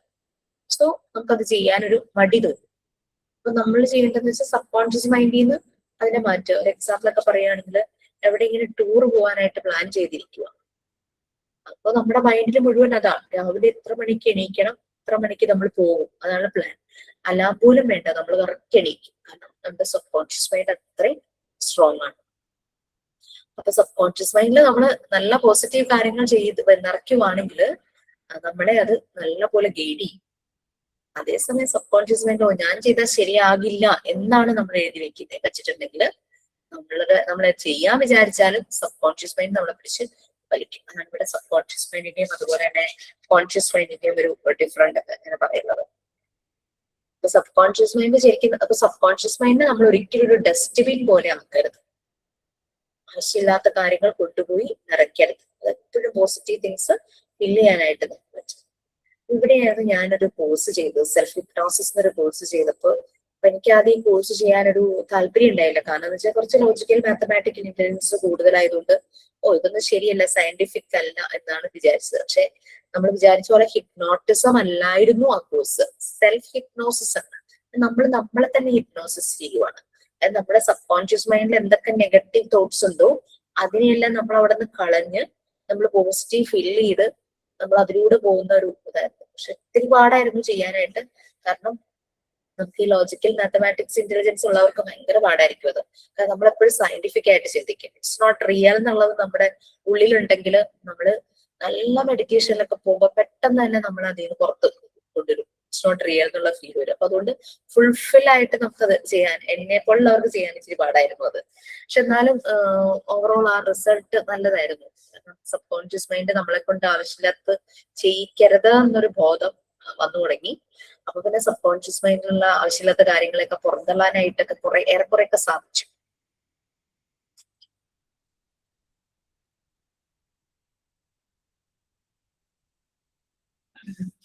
അപ്പൊ അങ്ങനെ കുറച്ച് കുറെ എന്തൊക്കെയൊക്കെയോ ഇങ്ങനെ കാര്യങ്ങളൊക്കെ ഉണ്ട്. ഇതാണ് നെബുലയുടെ കാര്യങ്ങൾ നമ്മൾ പറഞ്ഞു തന്നു. പിന്നെ സബ് കോൺഷ്യസ് മൈൻഡിന്റെയും കോൺഷ്യസ് മൈൻഡിന്റെയും കാര്യങ്ങൾ പറയുമായിരുന്നു. പിന്നെ ഇതിനകത്തൊരു പാരഗ്രാഫ് എൻഡ് ചെയ്യുന്ന അവിടെയായിട്ട് ഒരു എൻഗ്രാംസ് എന്ന് പറഞ്ഞിട്ട് കുറച്ച് കാര്യം പറയുന്നുണ്ട്. നമ്മുടെ മെമ്മറിയുമായിട്ട് കണക്റ്റഡ് ആണ് ഈ എൻഗ്രാം എന്ന് പറയുന്നത്. നമ്മുടെ ബ്രെയിനില് ചേഞ്ചസ് വരുന്നത്, സിഗ്നൽസ് ബ്രെയിനിൽ പല പല രീതിയിലുള്ള ചേഞ്ചസ് വരുന്നത്, അതാണ് ഈ മെമ്മറിയുമായിട്ട് കണക്റ്റഡ് ആണ് എൻഗ്രാം. അതൊന്നും വേണ്ട. നമുക്ക് വേണ്ടത് ഹോം, നീമി, നിബുലയൊക്കെയാണ്. ജസ്റ്റ് സബ് കോൺഷ്യസ് മൈൻഡിന്റെ കാര്യം പറഞ്ഞപ്പോൾ എൻഗ്രാമിനെ പറ്റി അവിടെ ഒന്ന് പറഞ്ഞോളി. എനിവേ പവർഫുൾ ആയിട്ടുള്ള ഒന്നാണ് sub conscious mind, always working. And അതുപോലെ തന്നെ നമ്മുടെ കോൺഷ്യസ് മൈൻഡിൽ നിന്ന് പല കാര്യങ്ങളും സബ് കോൺഷ്യസ് മൈൻഡിലേക്ക് പോകും.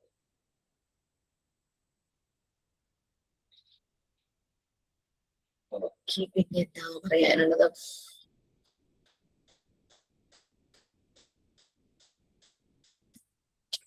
നെബുലയെ കുറിച്ചും ഏതാണ് sub conscious mind, collection of experiences combined by an individual from his birth onwards.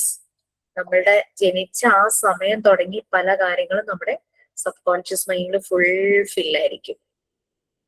നമ്മൾ 3 വയസ്സ് വരെയുള്ള കാര്യങ്ങൾ നമ്മൾ മറന്നുപോയാലും സബ് കോൺഷ്യസ് മൈൻഡ് അതൊക്കെ കിടക്കും. അതുകൊണ്ടാണ് നമ്മൾ എത്ര വലുതായാലും പാറ്റയെ കാണുമ്പോൾ പേടിക്കുന്നത്, ഇടിമിന്നലിന്റെ ശബ്ദം കേൾക്കുമ്പോൾ പേടിക്കുന്നത്, ചില ആളുകളെ കാണുമ്പോൾ നമ്മൾക്ക് ഒരു ഞെട്ടൽ ഉണ്ടാകുന്നത്, പണ്ടെങ്ങാനും താടിക്കാരൻ വന്ന് പിടിച്ചോണ്ട് പോകുന്നത്, അപ്പൊ താടിയുള്ള ആൾക്കാരെയൊക്കെ കാണുമ്പോൾ നമുക്ക് എന്തോ ഒരു അസ്വസ്ഥത. അതിനൊക്കെ കാരണം സബ് കോൺഷ്യസ് മൈൻഡ് തന്നെയാണ്. കാരണം ചെറുപ്പത്തിലെ നമ്മളിങ്ങനെ പറഞ്ഞ് പേടിപ്പിച്ച കുറെ സാധനം ഉണ്ടാവുമായിരിക്കും. കുട്ടി ഭക്ഷണം കഴിക്കാൻ വേണ്ടിയിട്ട് അതും ഇതൊക്കെ പറഞ്ഞിട്ടുണ്ടാവുമായിരിക്കും. ഇതൊക്കെ സബ് കോൺഷ്യസ്, അതായത് ബർത്ത് തുടങ്ങി എന്തൊക്കെ കാര്യങ്ങൾ സംഭവിച്ചിട്ടുണ്ടോ അതെല്ലാം സബ് കോൺഷ്യസ് മൈൻഡിൽ ഉണ്ടാവും. അതല്ലേ നമ്മള് കുട്ടികൾക്ക് എന്തെങ്കിലും ഇഷ്യൂ വന്ന് എന്തെങ്കിലും ഒരു സെഷൻസ് ഒക്കെ എടുക്കുമ്പോൾ നമ്മൾ കംപ്ലീറ്റ് ഹിസ്റ്ററിയിലേക്ക് പോകും. പിന്നെ പാരന്റ്സിനെ വിളിക്കും, പാരന്റ്സിനോട് ചോദിക്കും കുട്ടി കുഞ്ഞായിരുന്നപ്പോൾ എന്തെങ്കിലും സംഭവിച്ചിട്ടുണ്ടോ, അല്ലെങ്കിൽ ബർത്ത് ടൈമിൽ എന്തെങ്കിലും സംഭവിച്ചിട്ടുണ്ടോ, അമ്മ പ്രഗ്നന്റ് ആയിരുന്നപ്പോ എന്തെങ്കിലും സംഭവിച്ചിട്ടുണ്ടോ. ഇതെല്ലാം കണക്റ്റഡ് ആണ്. ഒരു ഫാക്ടറി പോലെയാണ്, 24 hours വർക്ക് ചെയ്യുന്ന ഒരു ഫാക്ടറി പോലെയാണ്. അത് റെസ്റ്റ് ചെയ്യുന്നില്ല, ഉറങ്ങുന്നില്ല. നമ്മുടെ കോൺഷ്യസ് മൈൻഡ് റെസ്റ്റ് ചെയ്യുമ്പോൾ നമ്മൾ റെസ്റ്റ് ചെയ്യുമ്പോൾ കോൺഷ്യസ് മൈൻഡ് റെസ്റ്റ് ആയിരിക്കും. സബ് കോൺഷ്യസ് മൈൻഡ് അപ്പോഴും ആക്റ്റീവ് ആയിരിക്കും. നമ്മുടെ ആ ഒരു മൈൻഡിന്റെ ഒരു മാസ്റ്റർ, നമ്മളെ കൺട്രോൾ ചെയ്യുന്ന ആളെന്നുള്ള രീതിയിൽ ഇരിക്കും ഈ സബ് കോൺഷ്യസ് മൈൻഡ്. ഹിപ്നോട്ടൈസ് ചെയ്യുന്ന ആൾക്കാരൊക്കെ ചെയ്യുന്ന പരിപാടി അത്. ആ സബ് കോൺഷ്യസ് മൈൻഡിനെ ഉണർത്തിയിട്ട് അതിനെ വെച്ചിട്ട് നമ്മളെ കൺട്രോൾ ചെയ്യാനായിട്ട് നോക്കും. അഗെയിൻസ്റ്റ് അവർ ബീയിങ്, നമ്മൾ പോലും അറിയാതെയാണ് പലതും ചെയ്യുന്നത്.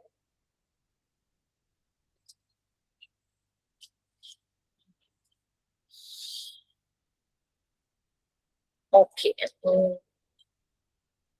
ഇനി ഉള്ള കാര്യങ്ങൾ എന്ന് പറഞ്ഞു കഴിഞ്ഞാല് നിങ്ങൾ ഇൻഡിവിജ്വൽ ഡിഫറൻസസ് എന്ന് പറഞ്ഞിട്ട് ഒരു ചാപ്റ്റർ നിങ്ങൾക്ക് പഠിക്കാനുണ്ടായിരുന്നില്ലേ? പാർട്ട് 2-ലാണെന്നാണ് എന്റെ ഒരു ഓർമ്മ. പാർട്ട് 2-ലായിരുന്നില്ലേ? സെയിം അത് തന്നെയാണ് കേട്ടോ. അടുത്തത് പറഞ്ഞത് ആ difference in physical treat, mental differences, അങ്ങനെ ഒരു കാര്യം. സബ് കോൺഷ്യസ് മൈൻഡ് പറഞ്ഞപ്പോൾ നമ്മൾ എൻഗ്രാമിനെ കുറിച്ച് പറഞ്ഞു.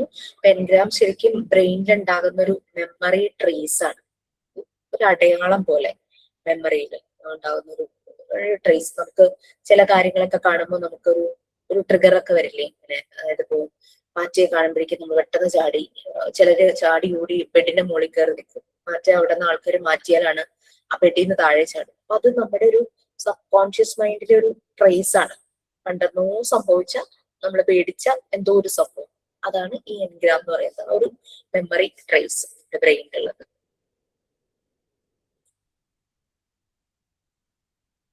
ഈ മെമ്മറി ട്രേസ് നല്ല കാര്യങ്ങൾക്കുള്ളതാണെങ്കിൽ നമ്മൾ എക്സാമിനൊക്കെ ഹെൽപ്പ് ചെയ്യും.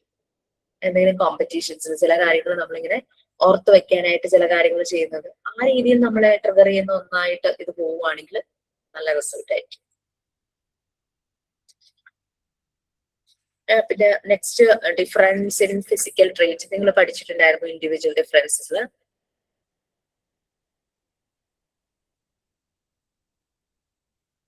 ഫിസിക്കൽ ആയിട്ടുള്ള ഡിഫറൻസസ് എന്താണെന്ന് നമുക്കറിയാം. ആളുകൾ തമ്മിൽ height, weight, colour of skin, colour of eye, അതുപോലെ തന്നെ ഹെയർ, കൈയുടെ സൈസ് എല്ലാ ആൾക്കാരും ഒരുപോലെയല്ല ഇരിക്കുന്നത് അല്ലെ, പല വ്യത്യാസങ്ങൾ ഉണ്ടായിരിക്കും. മൗത്തിന്റെ ഷേപ്പ്, നോസിന്റെ ഷേപ്പ്, ഫേഷ്യൽ എക്സ്പ്രഷൻ, പിന്നെ സംസാരിക്കുമ്പോൾ ഉള്ള സ്പീഡ്, നടക്കുമ്പോഴുള്ള സ്പീഡ്, ഹെയർ സ്റ്റൈല്, അതൊക്കെ ആളുകളിലെ ഫിസിക്കൽ ഡിഫറൻസസ് ആണ്. പിന്നെ മെന്റൽ ഡിഫറൻസസ്. മെന്റൽ ഡിഫറൻസ് പറഞ്ഞാൽ നമുക്ക് ക്രിയേറ്റിവിറ്റി എല്ലാവരും ഒരുപോലെ ആവണമെന്നില്ല, കോൺസെൻട്രേഷൻ ഒരുപോലെ ആവണമെന്നില്ല, തോട്ട് പ്രോസസ്, തിങ്കിങ് പവർ ഒരുപോലെ ആവണമെന്നില്ല, പവർ ഓഫ് ഇമാജിനേഷൻ ഒരുപോലെ ആവുന്നില്ല. ആളുകളുടെ IQ ഡിഫറെന്റ് ആണ്. IQ എന്ന് പറഞ്ഞാൽ ഇന്റലിജന്റ് കോഷ്യന്റ്. അവിടെ ഈ ഒരു മെന്റൽ ഡിഫറൻസിലെ ലാസ്റ്റ് സ്റ്റേറ്റ്മെന്റ് നമുക്ക് ആവശ്യമുള്ളതല്ല. കാരണം നമുക്ക് അങ്ങനെ ആരെയും വിധിക്കാനുള്ള ഇതില്ല. കാരണം ആളുകളെല്ലാം വ്യത്യസ്തരാണ് എന്ന് പറഞ്ഞ് ബുദ്ധി ഇച്ചിരി കുറഞ്ഞ ആളെ ഇഡിയറ്റ് എന്ന് വിളിക്കാനോ അങ്ങനെ ഫൂൾ എന്ന് വിളിക്കാനോ ഉള്ള റൈറ്റ് ഒന്നും ആരും ആർക്കും തന്നിട്ടില്ല, അങ്ങനെ ചെയ്യാൻ പാടില്ല. അപ്പൊ അതുകൊണ്ട് ആ സെന്റൻസ് നമുക്ക് ആവശ്യമില്ല. അവിടെ എഴുതിയിരിക്കുന്ന ആ sentence not a good words. Next, difference in motor ability. ആളുകളുടെ മൂവ്മെന്റ്സ്, മസിൽസിന്റെ മൂവ്മെന്റ്സ്, അത് സ്പീഡ് ഓഫ് ആക്ഷൻ, കോൺസ്റ്റൻസ്, ഒരു സ്ഥിരത, അങ്ങനെയുള്ള കാര്യങ്ങൾ, മസിൽസിന്റെ മൂവ്മെന്റ്. പിന്നെ ക്ഷീണം വരുമ്പോൾ അതിനെ റെസിസ്റ്റ് ചെയ്യാനുള്ള കഴിവ് പലരിലും പല രീതിയിലായിരിക്കും. ചിലര് ഒരു റൗണ്ട് ഓടുമ്പോഴേക്ക് ക്ഷീണിച്ചു, ചില ആളുകൾ 4-5 റൗണ്ട് ഓടിയാലും അവർക്ക് ക്ഷീണം ഉണ്ടാവും. അങ്ങനെയുള്ള രീതിയിലുള്ള വ്യത്യാസങ്ങൾ മോട്ടർ എബിലിറ്റിയില്. പിന്നെ ഇൻട്രസ്റ്റും ആപ്റ്റിറ്റ്യൂഡിലെ ഡിഫറൻസ്. പല ആളുകൾക്കും പല താല്പര്യങ്ങളും പല അഭിരുചികളുമായിരിക്കും അല്ലെ. ചിലർക്ക് ആളുകളെ കാണാൻ താല്പര്യമായിരിക്കും, ചിലർക്ക് ഒറ്റയ്ക്ക് ഇരിക്കാനായിരിക്കും താല്പര്യം, സോഷ്യലൈസ് ചെയ്യാനും ഗ്രൂപ്പ് ആക്ടിവിറ്റീസ് ഇഷ്ടപ്പെടുന്നവരുണ്ടാവുമായിരിക്കും. ചിലർക്ക് തന്നെ ഇരിക്കാനും സോഷ്യൽ ഗ്യാതറിംഗ് ഒന്നും ഇഷ്ടമുള്ളവരായിരിക്കും. അങ്ങനെ ഓരോരുത്തരുടെ ഇൻട്രസ്റ്റും ആപ്റ്റിറ്റ്യൂഡും ഒക്കെ ഡിഫറെന്റ് ആയിരിക്കും. ചിലർക്ക് മാത്സിലായിരിക്കും ആപ്റ്റിറ്റ്യൂഡ്, ചിലർക്ക് മ്യൂസിക്കിലായിരിക്കും, ചിലർക്ക് ആർട്സിലൊക്കെ ആയിരിക്കും അവരുടേതായ താല്പര്യങ്ങൾ. Next, different in attitudes. നമ്മുടെ മനോഭാവം, ആറ്റിറ്റ്യൂഡിലെ ഡിഫറൻസ്. നമുക്ക് ഓരോന്നിനെ കുറിച്ച് ഓരോ ഒപ്പീനിയൻ ഉണ്ടാകും, ഐഡിയാസ് ഉണ്ടാകും. പിന്നെ അത് ആളുകളിലും ഗ്രൂപ്പിലും എല്ലാത്തിലും വ്യത്യാസമാണ്. പൊളിറ്റിക്കൽ ആയിട്ടുള്ള വ്യൂസ് ഉണ്ടാകും, റിലീജിയസ് ആയിട്ടുള്ള വ്യൂസ് ഉണ്ടാകും, പല രീതിയിലുള്ള ഫിലോസഫി കൈകാര്യം ചെയ്യുന്നവരുണ്ടാവും. അതൊക്കെ ഓരോരുത്തരുടെ മനോഭാവം അനുസരിച്ച്. Emotional differences. ചിലർക്ക് നല്ലപോലെ ഇമോഷൻസിനെ മാനേജ് ചെയ്യാനായിട്ട് പറ്റും, ചിലർക്ക് നല്ല രീതിയിൽ അത് എക്സ്പ്രസ് ചെയ്യാനായിട്ട് പറ്റും. അപ്പൊ ദേഷ്യം വരുന്നുണ്ട്, പക്ഷെ എന്നാലും ഈ ഒരു സിറ്റുവേഷനിൽ ഞാൻ ആ ദേഷ്യം കാണിക്കാൻ പാടില്ല എന്ന് നമ്മൾ വിചാരിക്കുന്നത് തന്നെയാണ് നമ്മുടെ ആ ഇമോഷനെ മാനേജ് ചെയ്യാൻ പറ്റുന്നത്. സങ്കടം വരുന്നു, പക്ഷെ നമുക്കവിടെ പൊട്ടിക്കരയാൻ പറ്റിയ ഒരു സ്പേസ് ഉള്ള ഇടം അല്ലെങ്കിൽ നമ്മളത് സപ്രസ് ചെയ്യുന്നു.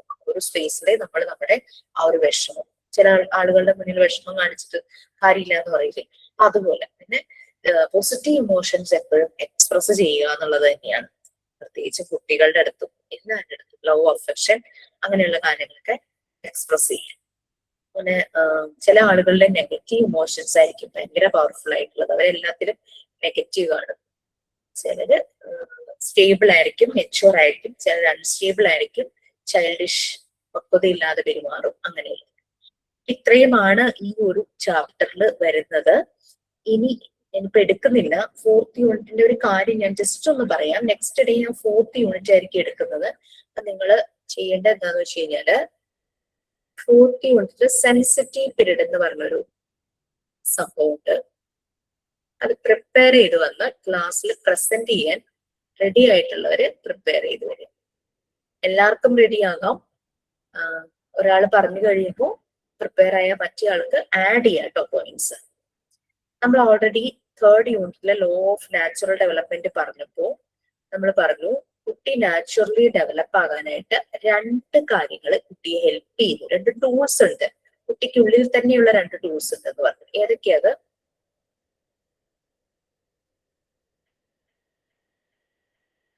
യെസ്, ഏതൊക്കെയാ 2 ടൂൾസ്?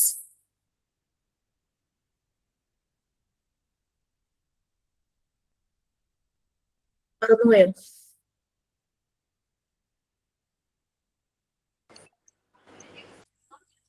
പറഞ്ഞു.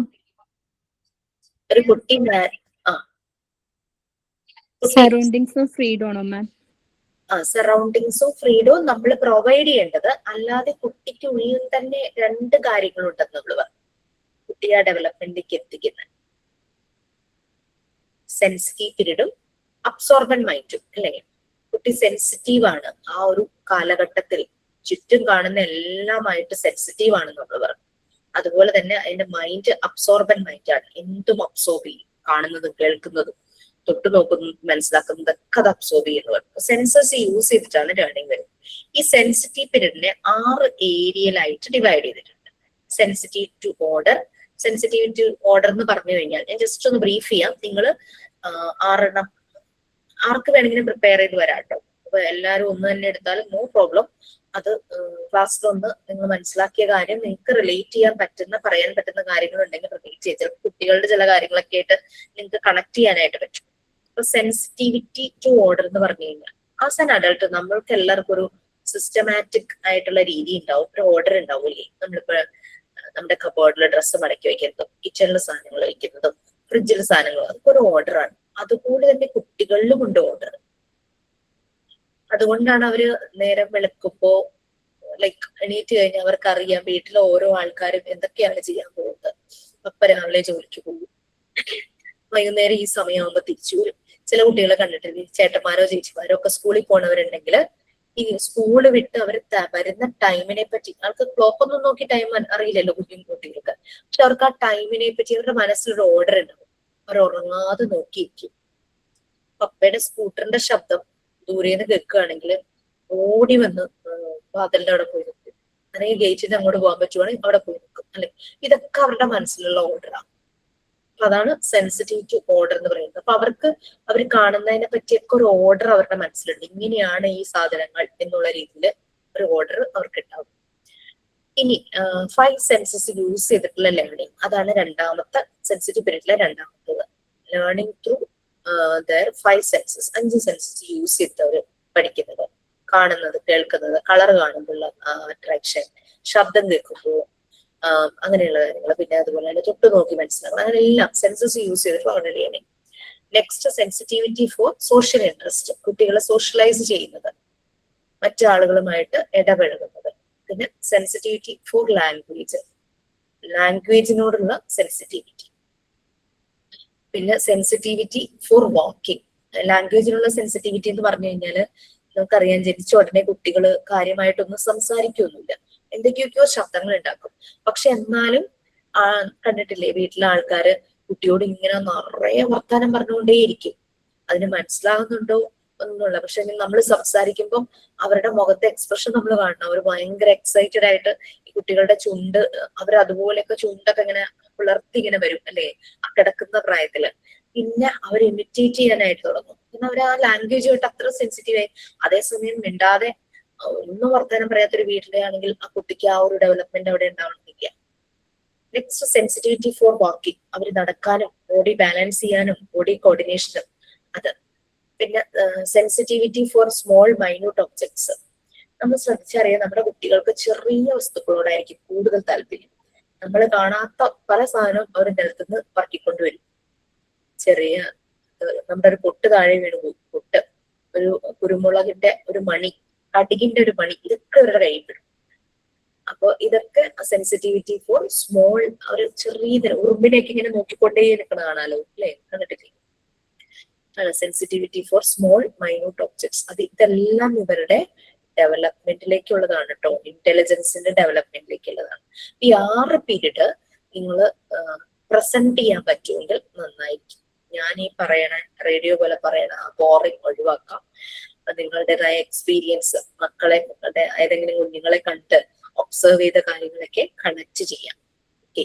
പിന്നെ ഈ 6 പീരീഡും പ്രോപ്പർ ആയിട്ട് ഡെവലപ്പ് ചെയ്ത് നല്ല രീതിയിൽ ആകണമെങ്കിൽ കുറച്ചു മുമ്പ് രാഷിത പറഞ്ഞ പോലെ നമ്മൾ ഫ്രീഡവും നല്ലൊരു എൻവയോൺമെന്റും കൊടുക്കണം.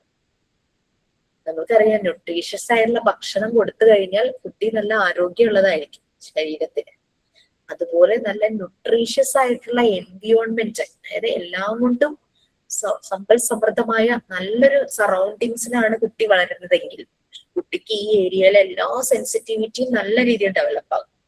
അതേസമയം മാൽ ന്യൂട്രീഷ്യസ് ആയിട്ടുള്ള എൻവയോൺമെന്റ് ആണെങ്കിൽ, നല്ലൊരു എൻവയോൺമെന്റ് അല്ലെങ്കിൽ ഈ സെൻസിറ്റിവിറ്റി ഒക്കെ ലോ ആയിരിക്കും. കുട്ടി സോഷ്യലൈസ് ചെയ്യില്ല, സെൻസസ് യൂസ് ചെയ്ത് പഠിക്കാനായിട്ട് കുട്ടിക്ക് പറ്റില്ല. ഈ സെൻസസ് യൂസ് ചെയ്ത് പഠിക്കണമെങ്കിൽ കുട്ടിയെ പുറം കാഴ്ചകൾ നമ്മൾ കാണിക്കണം അല്ലേ? കിളിയുടെ ശബ്ദം, പുറത്തെ പൂക്കള്, കളറ്, വണ്ടി പോകുന്നത് എന്തൊക്കെയാണോ അത് എക്സ്പ്ലോർ ചെയ്യാനായിട്ട് കുട്ടിക്ക് പറ്റണം. പുറത്ത് വിടാതെ വീടിനകത്ത് അടച്ചു വെച്ച് നടക്കുക ഒരു കുട്ടിക്ക് ഈ 5 സെൻസും പ്രോപ്പറായിട്ട് യൂസ് ചെയ്യാൻ പറ്റില്ല. പിന്നെ കുട്ടി സോഷ്യലൈസ് ചെയ്യില്ല. കുട്ടിയുടെ ആ ഒരു സ്ട്രേഞ്ചർ ആൻസൈറ്റി മാറില്ല. ഒരു ഏജ് കഴിഞ്ഞാൽ സ്ട്രേഞ്ചർ ആൻസൈറ്റി മാറണം. പക്ഷെ വീട്ടിൽ അടച്ചു വെച്ച് ആൾക്കാരുമായിട്ട് ഇടപഴകാത്ത കുട്ടിയിൽ ഈ സോഷ്യലൈസ് ചെയ്യില്ല. അതുപോലെ തന്നെ വീട്ടിൽ അടച്ചു വെക്കുന്നു, സംസാരിക്കാനോ കുട്ടിയായിട്ട് മിണ്ടാനോ ഒന്നും ആരും അതില്ല. അങ്ങനെ വരുമ്പോൾ ലാംഗ്വേജ് ഡെവലപ്പ് ചെയ്ത് വളരെ ലോ ആയിരിക്കും. പിന്നെ പ്രോപ്പർ ആയിട്ടുള്ള ഒരു എൻവയോൺമെന്റിൽ അതിന് നടക്കാനുള്ള സ്വാതന്ത്ര്യം കിട്ടിയില്ലെങ്കിൽ അതിന്റെ വാക്കിങ്ങും സ്ലോ ആയിരിക്കും. പിന്നെ ഈ നമ്മൾ എക്സ്പ്ലോർ ചെയ്യുമ്പോഴാണ് ഈ സ്മോൾ മൈന്യൂട്ട് ഒബ്ജക്ട്സ് ഒക്കെ ശ്രദ്ധിക്കുള്ളൂ. കൊച്ചുപൂവ്, ചെറിയ കിളി, ഉറുമ്പ്, ഇതിനൊക്കെ നോക്കണമല്ലോ. അതിനൊക്കെ കൊച്ചിനെ പുറത്തേക്ക് കൊണ്ടുപോയാലല്ലേ പറ്റും. അപ്പൊ നല്ല ന്യൂട്രീഷ്യസ് ആയിട്ടുള്ള എൻവയോൺമെന്റ്, ന്യൂട്രീഷ്യസ് എന്ന് ഉദ്ദേശിച്ചത് നല്ലൊരു എൻവയോൺമെന്റ് ആണെങ്കിൽ ഇതെല്ലാം നല്ലപോലെ ഡെവലപ്പ് ചെയ്യും. അതേസമയം മാൽ ന്യൂട്രീഷ്യസ് ആയിട്ടുള്ള എൻവയോൺമെന്റ് ആണെങ്കിൽ ഈ ഡെവലപ്മെന്റ് എല്ലാം ലോ ആയിരിക്കും. അവിടെയാണ് നമ്മള് 6 വയസ്സുള്ള ഒരു കുട്ടി കാണിക്കേണ്ട കാര്യങ്ങള് 3 വയസ്സ് വരെയുള്ള ഒരു കുട്ടി 3 വയസ്സുകാരൻ കാണിക്കുന്ന പോലെയാണ് ഒരു 6 വയസ്സുകാരൻ കാണിക്കുന്നതെങ്കിൽ ദാറ്റ് മീൻസ് അവന്റെ ആ ഒരു സറൗണ്ടിങ്സ്, ആ ഒരു എൻവയോൺമെന്റിൽ എന്തെങ്കിലും വ്യത്യാസങ്ങളായിരിക്കാം. അത് അവന്റെ പല ഏരിയയിലുള്ള ഡെവലപ്മെന്റിനെ തടസ്സപ്പെടുത്തിയിട്ടുണ്ടാകും. ഓക്കെ, അത് അടുത്ത നെക്സ്റ്റ് ക്ലാസ്സിൽ പ്രസന്റ് ചെയ്യാവുന്ന രീതിയിൽ ഒന്ന് പറഞ്ഞോളൂ കേട്ടോ. ഞാന് എന്നോട് 20 ബാച്ചിലെ ജോസ്മി റെക്കോർഡിന്റെ കാര്യവും സർവേയുടെ കാര്യമില്ലേ ജോസ്മി ചോദിച്ചേ? ജോസ്മി ചോദിച്ചേ. ഞാൻ ജസ്റ്റ് വേണമെങ്കിൽ സർവേയുടെ ഒന്ന് പ്രസന്റ് ചെയ്യാം. ലീവ് ചെയ്യേണ്ടവർക്ക് ലീവ് ചെയ്യാം കേട്ടോ. മാം ഒരു ഡൗട്ട് ചോദിച്ചോട്ടെ.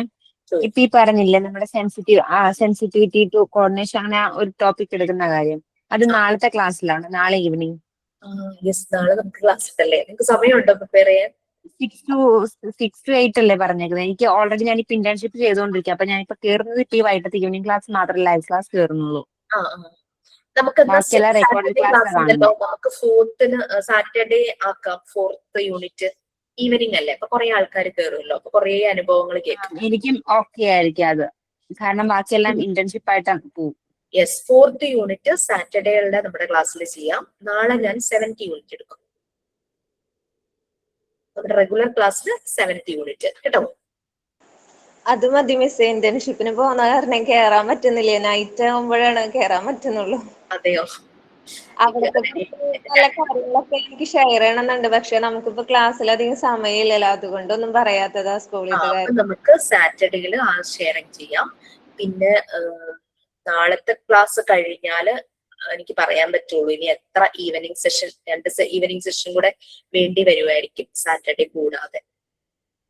എന്നാലേ നമ്മുടെ 7th യൂണിറ്റും വളരെ ഇമ്പോർട്ടന്റ് ആണ്. മോണ്ടിസോറി ഡിസൈൻ ചെയ്ത ആ എൻവയോൺമെന്റ് ആണ് 7th യൂണിറ്റ്. കുറെ കാര്യങ്ങൾ മിസ്സിന്റെ ക്ലാസ് നിങ്ങൾ കേട്ടിട്ടുണ്ടാകും. എന്നാലും ഈ ഒരു അപ്പൊ നമുക്ക് സാറ്റർഡേ 4th യൂണിറ്റ് ഡിസ്കസ് ചെയ്യാം. നാളെ ഞാൻ 7th യൂണിറ്റ് സ്റ്റാർട്ട് ചെയ്യും. 20 ബാച്ചുകാര് സ്റ്റേ ബാക്ക് ചെയ്യുവാണെങ്കിൽ ഞാൻ ആ സർവേയുടെ ഡീറ്റെയിൽസ് പറയാം. അല്ലെങ്കിൽ നാളെ മതിയെങ്കിൽ നാളെ പറയാം. No problem. ഏതായാലും എനിക്ക് പ്രശ്നം. ഞാൻ സംശയം ചോദിച്ചോട്ടെ? ഇപ്പൊ നമ്മള് ഇപ്പൊ മാം തന്നെ ഒരു PDF ഒരു 10 ക്വസ്റ്റ്യൻ തന്നിട്ട് അതിന്റെ ആൻസർ എഴുതാൻ. Yes, assignment. അതില് 5ാമത്തെ question, write about good pre school teachers and finding out their qualities. Minimum 3 person വേണം. 3 ടീച്ചർമാരുടെ പേര് അവരുടെ ക്വാളിറ്റികൾ എഴുതിയാൽ മതിയോ? അതായത് ഞാൻ ക്ലാസ്സിലത് പറഞ്ഞു എന്നാണ് എന്റെ ഒരു ഓർമ്മ. നമുക്ക് പേഴ്സണലി അറിയാവുന്ന 3 പേരാണ് കേട്ടോ. അത് ജനറൽ ആയിട്ടുള്ളതല്ല. നമുക്ക് നമ്മളെ പഠിപ്പിച്ചതോ നമുക്ക് അല്ലാതെ അറിയാവുന്ന 3 ടീച്ചർമാര് ചെറിയ സ്കൂളുകളിലോ ഏതെങ്കിലും ഏത് ക്ലാസ്സിലായാലും കുഴപ്പമില്ല. പ്രീ സ്കൂൾ തന്നെ വേണമെന്നില്ല. നമുക്കങ്ങനെ അതായത് ഒരു നമ്മളെ പഠിപ്പിച്ച ചില ടീച്ചർമാരെ കാണുമ്പോൾ നമുക്ക് തോന്നിയിട്ടില്ലേ ഞാൻ ടീച്ചർ ആവുകയാണെങ്കിൽ ഇതുപോലെ ആകണം എന്നൊക്കെ, അങ്ങനെയൊക്കെ തോന്നിയിട്ടുള്ള ടീച്ചർമാരില്ലേ നമ്മുടെ ഓർമ്മയിൽ ഇപ്പോഴും ഉള്ളത്? ഒരു ടീച്ചർ എന്നൊക്കെ പറയുമ്പോൾ നമ്മുടെ ഓർമ്മയിൽ അങ്ങനെയല്ല നമുക്ക് പേഴ്സണലി അറിയാവുന്ന 3 പേരെ കുറിച്ച്. പ്രീ സ്കൂൾ എന്നുള്ളത് വിട്ടേക്ക്, അവരെ എന്തുകൊണ്ടാണ് അവര് നമുക്ക് ഫേവറേറ്റ് ആയത് എന്നുള്ളത് അവരുടെ ക്വാളിറ്റീസ് ആയിരിക്കുമല്ലോ. മാം ആ ടീച്ചർമാരുടെയും പേര് എഴുതണോ? നല്ല കാര്യമാണല്ലോ, നമ്മൾ പോസിറ്റീവ് കാര്യമല്ലേ എഴുതുന്നത്, അവരുടെ പേര് എഴുതിക്കോളൂ. Thank you. ഞാൻ ഹെഡിങ് പേര് കൊടുത്തിട്ട് ഞാൻ എഴുതിയത്. എന്നെ നഴ്സറി പഠിപ്പിച്ച കനക ടീച്ചർ, അപ്പൊ ഞാൻ കനക ടീച്ചറിന് ഹെഡിങ് കൊടുത്തിട്ടാണ് ടീച്ചറെ പറ്റി എഴുതിയത്. പിന്നെ 5 വേൾഡ് ഫേമസ് ആയിട്ടുള്ള ടീച്ചർമാരാണല്ലോ പിന്നെ ഉള്ളത് അല്ലെ. അടുത്തൊരു ക്വസ്റ്റ്യൻ അങ്ങനെ ഉണ്ടായിരുന്നില്ലേ?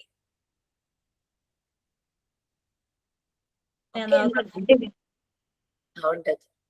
അപ്പൊ എന്താ ഒരു കാര്യം ചെയ്യാൻ, സർവേയും റെക്കോർഡിന്റെ ഡീറ്റെയിൽസ് നാളെ പറയാം. വേറെ ഒന്നുമില്ലല്ലോ? Okay, bye. Thank you ma'am. Good night ma'am. Thank you miss. 4 complete ആയിരുന്നേ.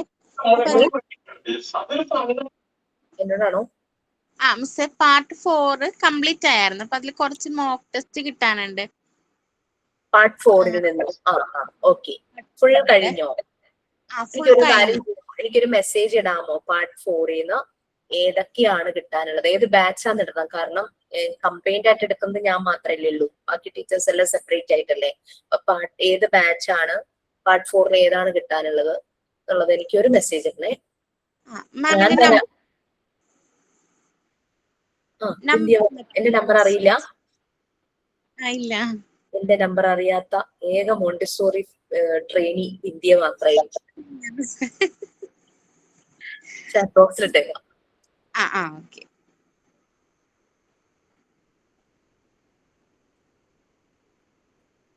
പിന്നെ ഞാൻ പാർട്ട് 3 യൂണിറ്റ് 3 ആണ് നിങ്ങൾക്ക് തരാനുള്ളത് അല്ലെ. പിന്നെ ഇപ്പൊ മോണ്ടിസോറി ടേംസ് കഴിഞ്ഞു, അതും തരണം.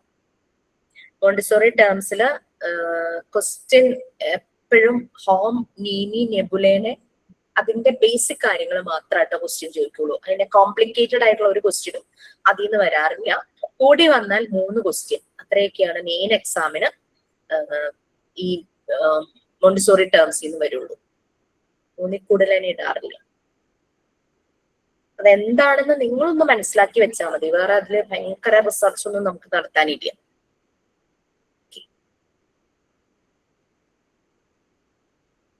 ഓക്കെ, വേറെ ഒന്നുമില്ലല്ലോ? മാം ഒരു ഡൗട്ട് കൂടി ചോദിച്ചോട്ടെ. വൈവ ബേസ്ഡ് ആയിരുന്നേ. ഈ വൈവ നമുക്ക് എത്ര ദിവസം എടുക്കും എന്നെല്ലാം പറയാൻ പറ്റുമോ? ജെറിൻ ഏത് ബാച്ചാ? ഞാൻ MG 19. ഓക്കെ, നിങ്ങൾക്ക് 7th or 10th എന്തോ അല്ല ഡേറ്റ് പറഞ്ഞിരിക്കുന്നത്? വർക്കിംഗ് പേഴ്സൺ ആയതുകൊണ്ട് നമുക്ക് നോ പ്രോബ്ലം ജെറിൻ, അതിനെ കുറിച്ച് ടെൻഷൻ വേണ്ട. ചിലപ്പോ ഓഫീസിൽ നിന്ന് വൈവയുടെ സ്ലോട്ട് ഇടുമ്പോ നിങ്ങൾക്കൊരു കോള് വരും. അപ്പൊ നമുക്ക് പറ്റാത്തൊരു ടൈമാണ്, ഡേ ആണെങ്കിലും നമുക്കൊരു ജെനുവിൻ റീസൺ ആണ്. ഇപ്പൊ വർക്കിംഗ് ഒക്കെ ആകുമ്പോൾ പകല് ബുദ്ധിമുട്ടായിരിക്കുമല്ലോ, പറഞ്ഞു കഴിഞ്ഞാൽ അവർ മാറ്റി തരും. ഇനി അതല്ല, സ്ലോട്ട് വന്നു നമുക്ക് പറ്റാത്ത ഒരു ടൈമിലാണെങ്കിൽ എനിക്കൊരു മെസ്സേജ് ഇടുക, പേരും ബാച്ചും പറഞ്ഞിട്ടൊരു മെസ്സേജ് ഇടുക. ഏത് ടൈമിലാണ് പറ്റുക എന്നുള്ളതും കൊണ്ട് ഇടുവാണെങ്കിൽ ഞാൻ ആ വൈവയുടെ ചെയ്യുന്ന കുട്ടിയെ ഇൻഫോം ചെയ്തു.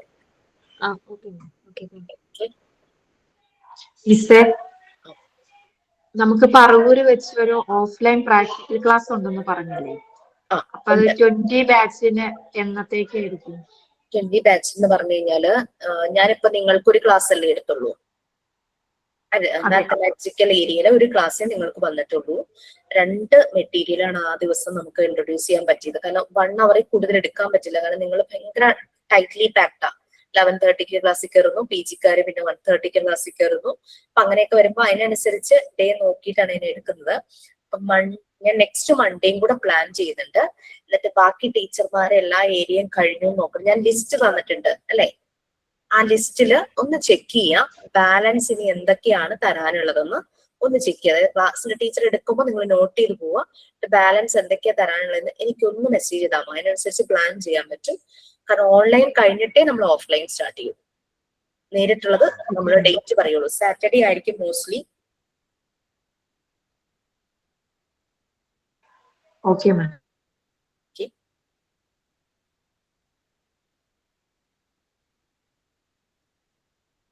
ഓക്കെ, ഇല്ലല്ലോ?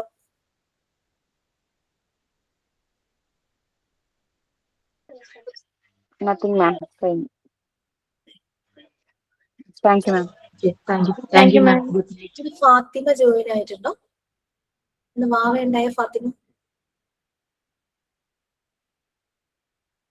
ഫാത്തിമയുടെ ആണെന്ന് തോന്നുന്നു. ഒരു പ്രൊഫൈല് കണ്ടോണ്ട് ചോദിച്ചാണേ. 18 ഫാത്തിമയാണ് ഉദ്ദേശിച്ചത്. വാവ ഉണ്ടായ ഫാത്തിമ ഉണ്ടല്ലോ.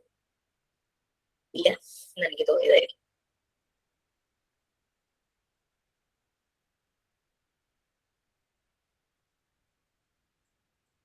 Okay bye. Thanks miss. Thank you ma'am. Thank you.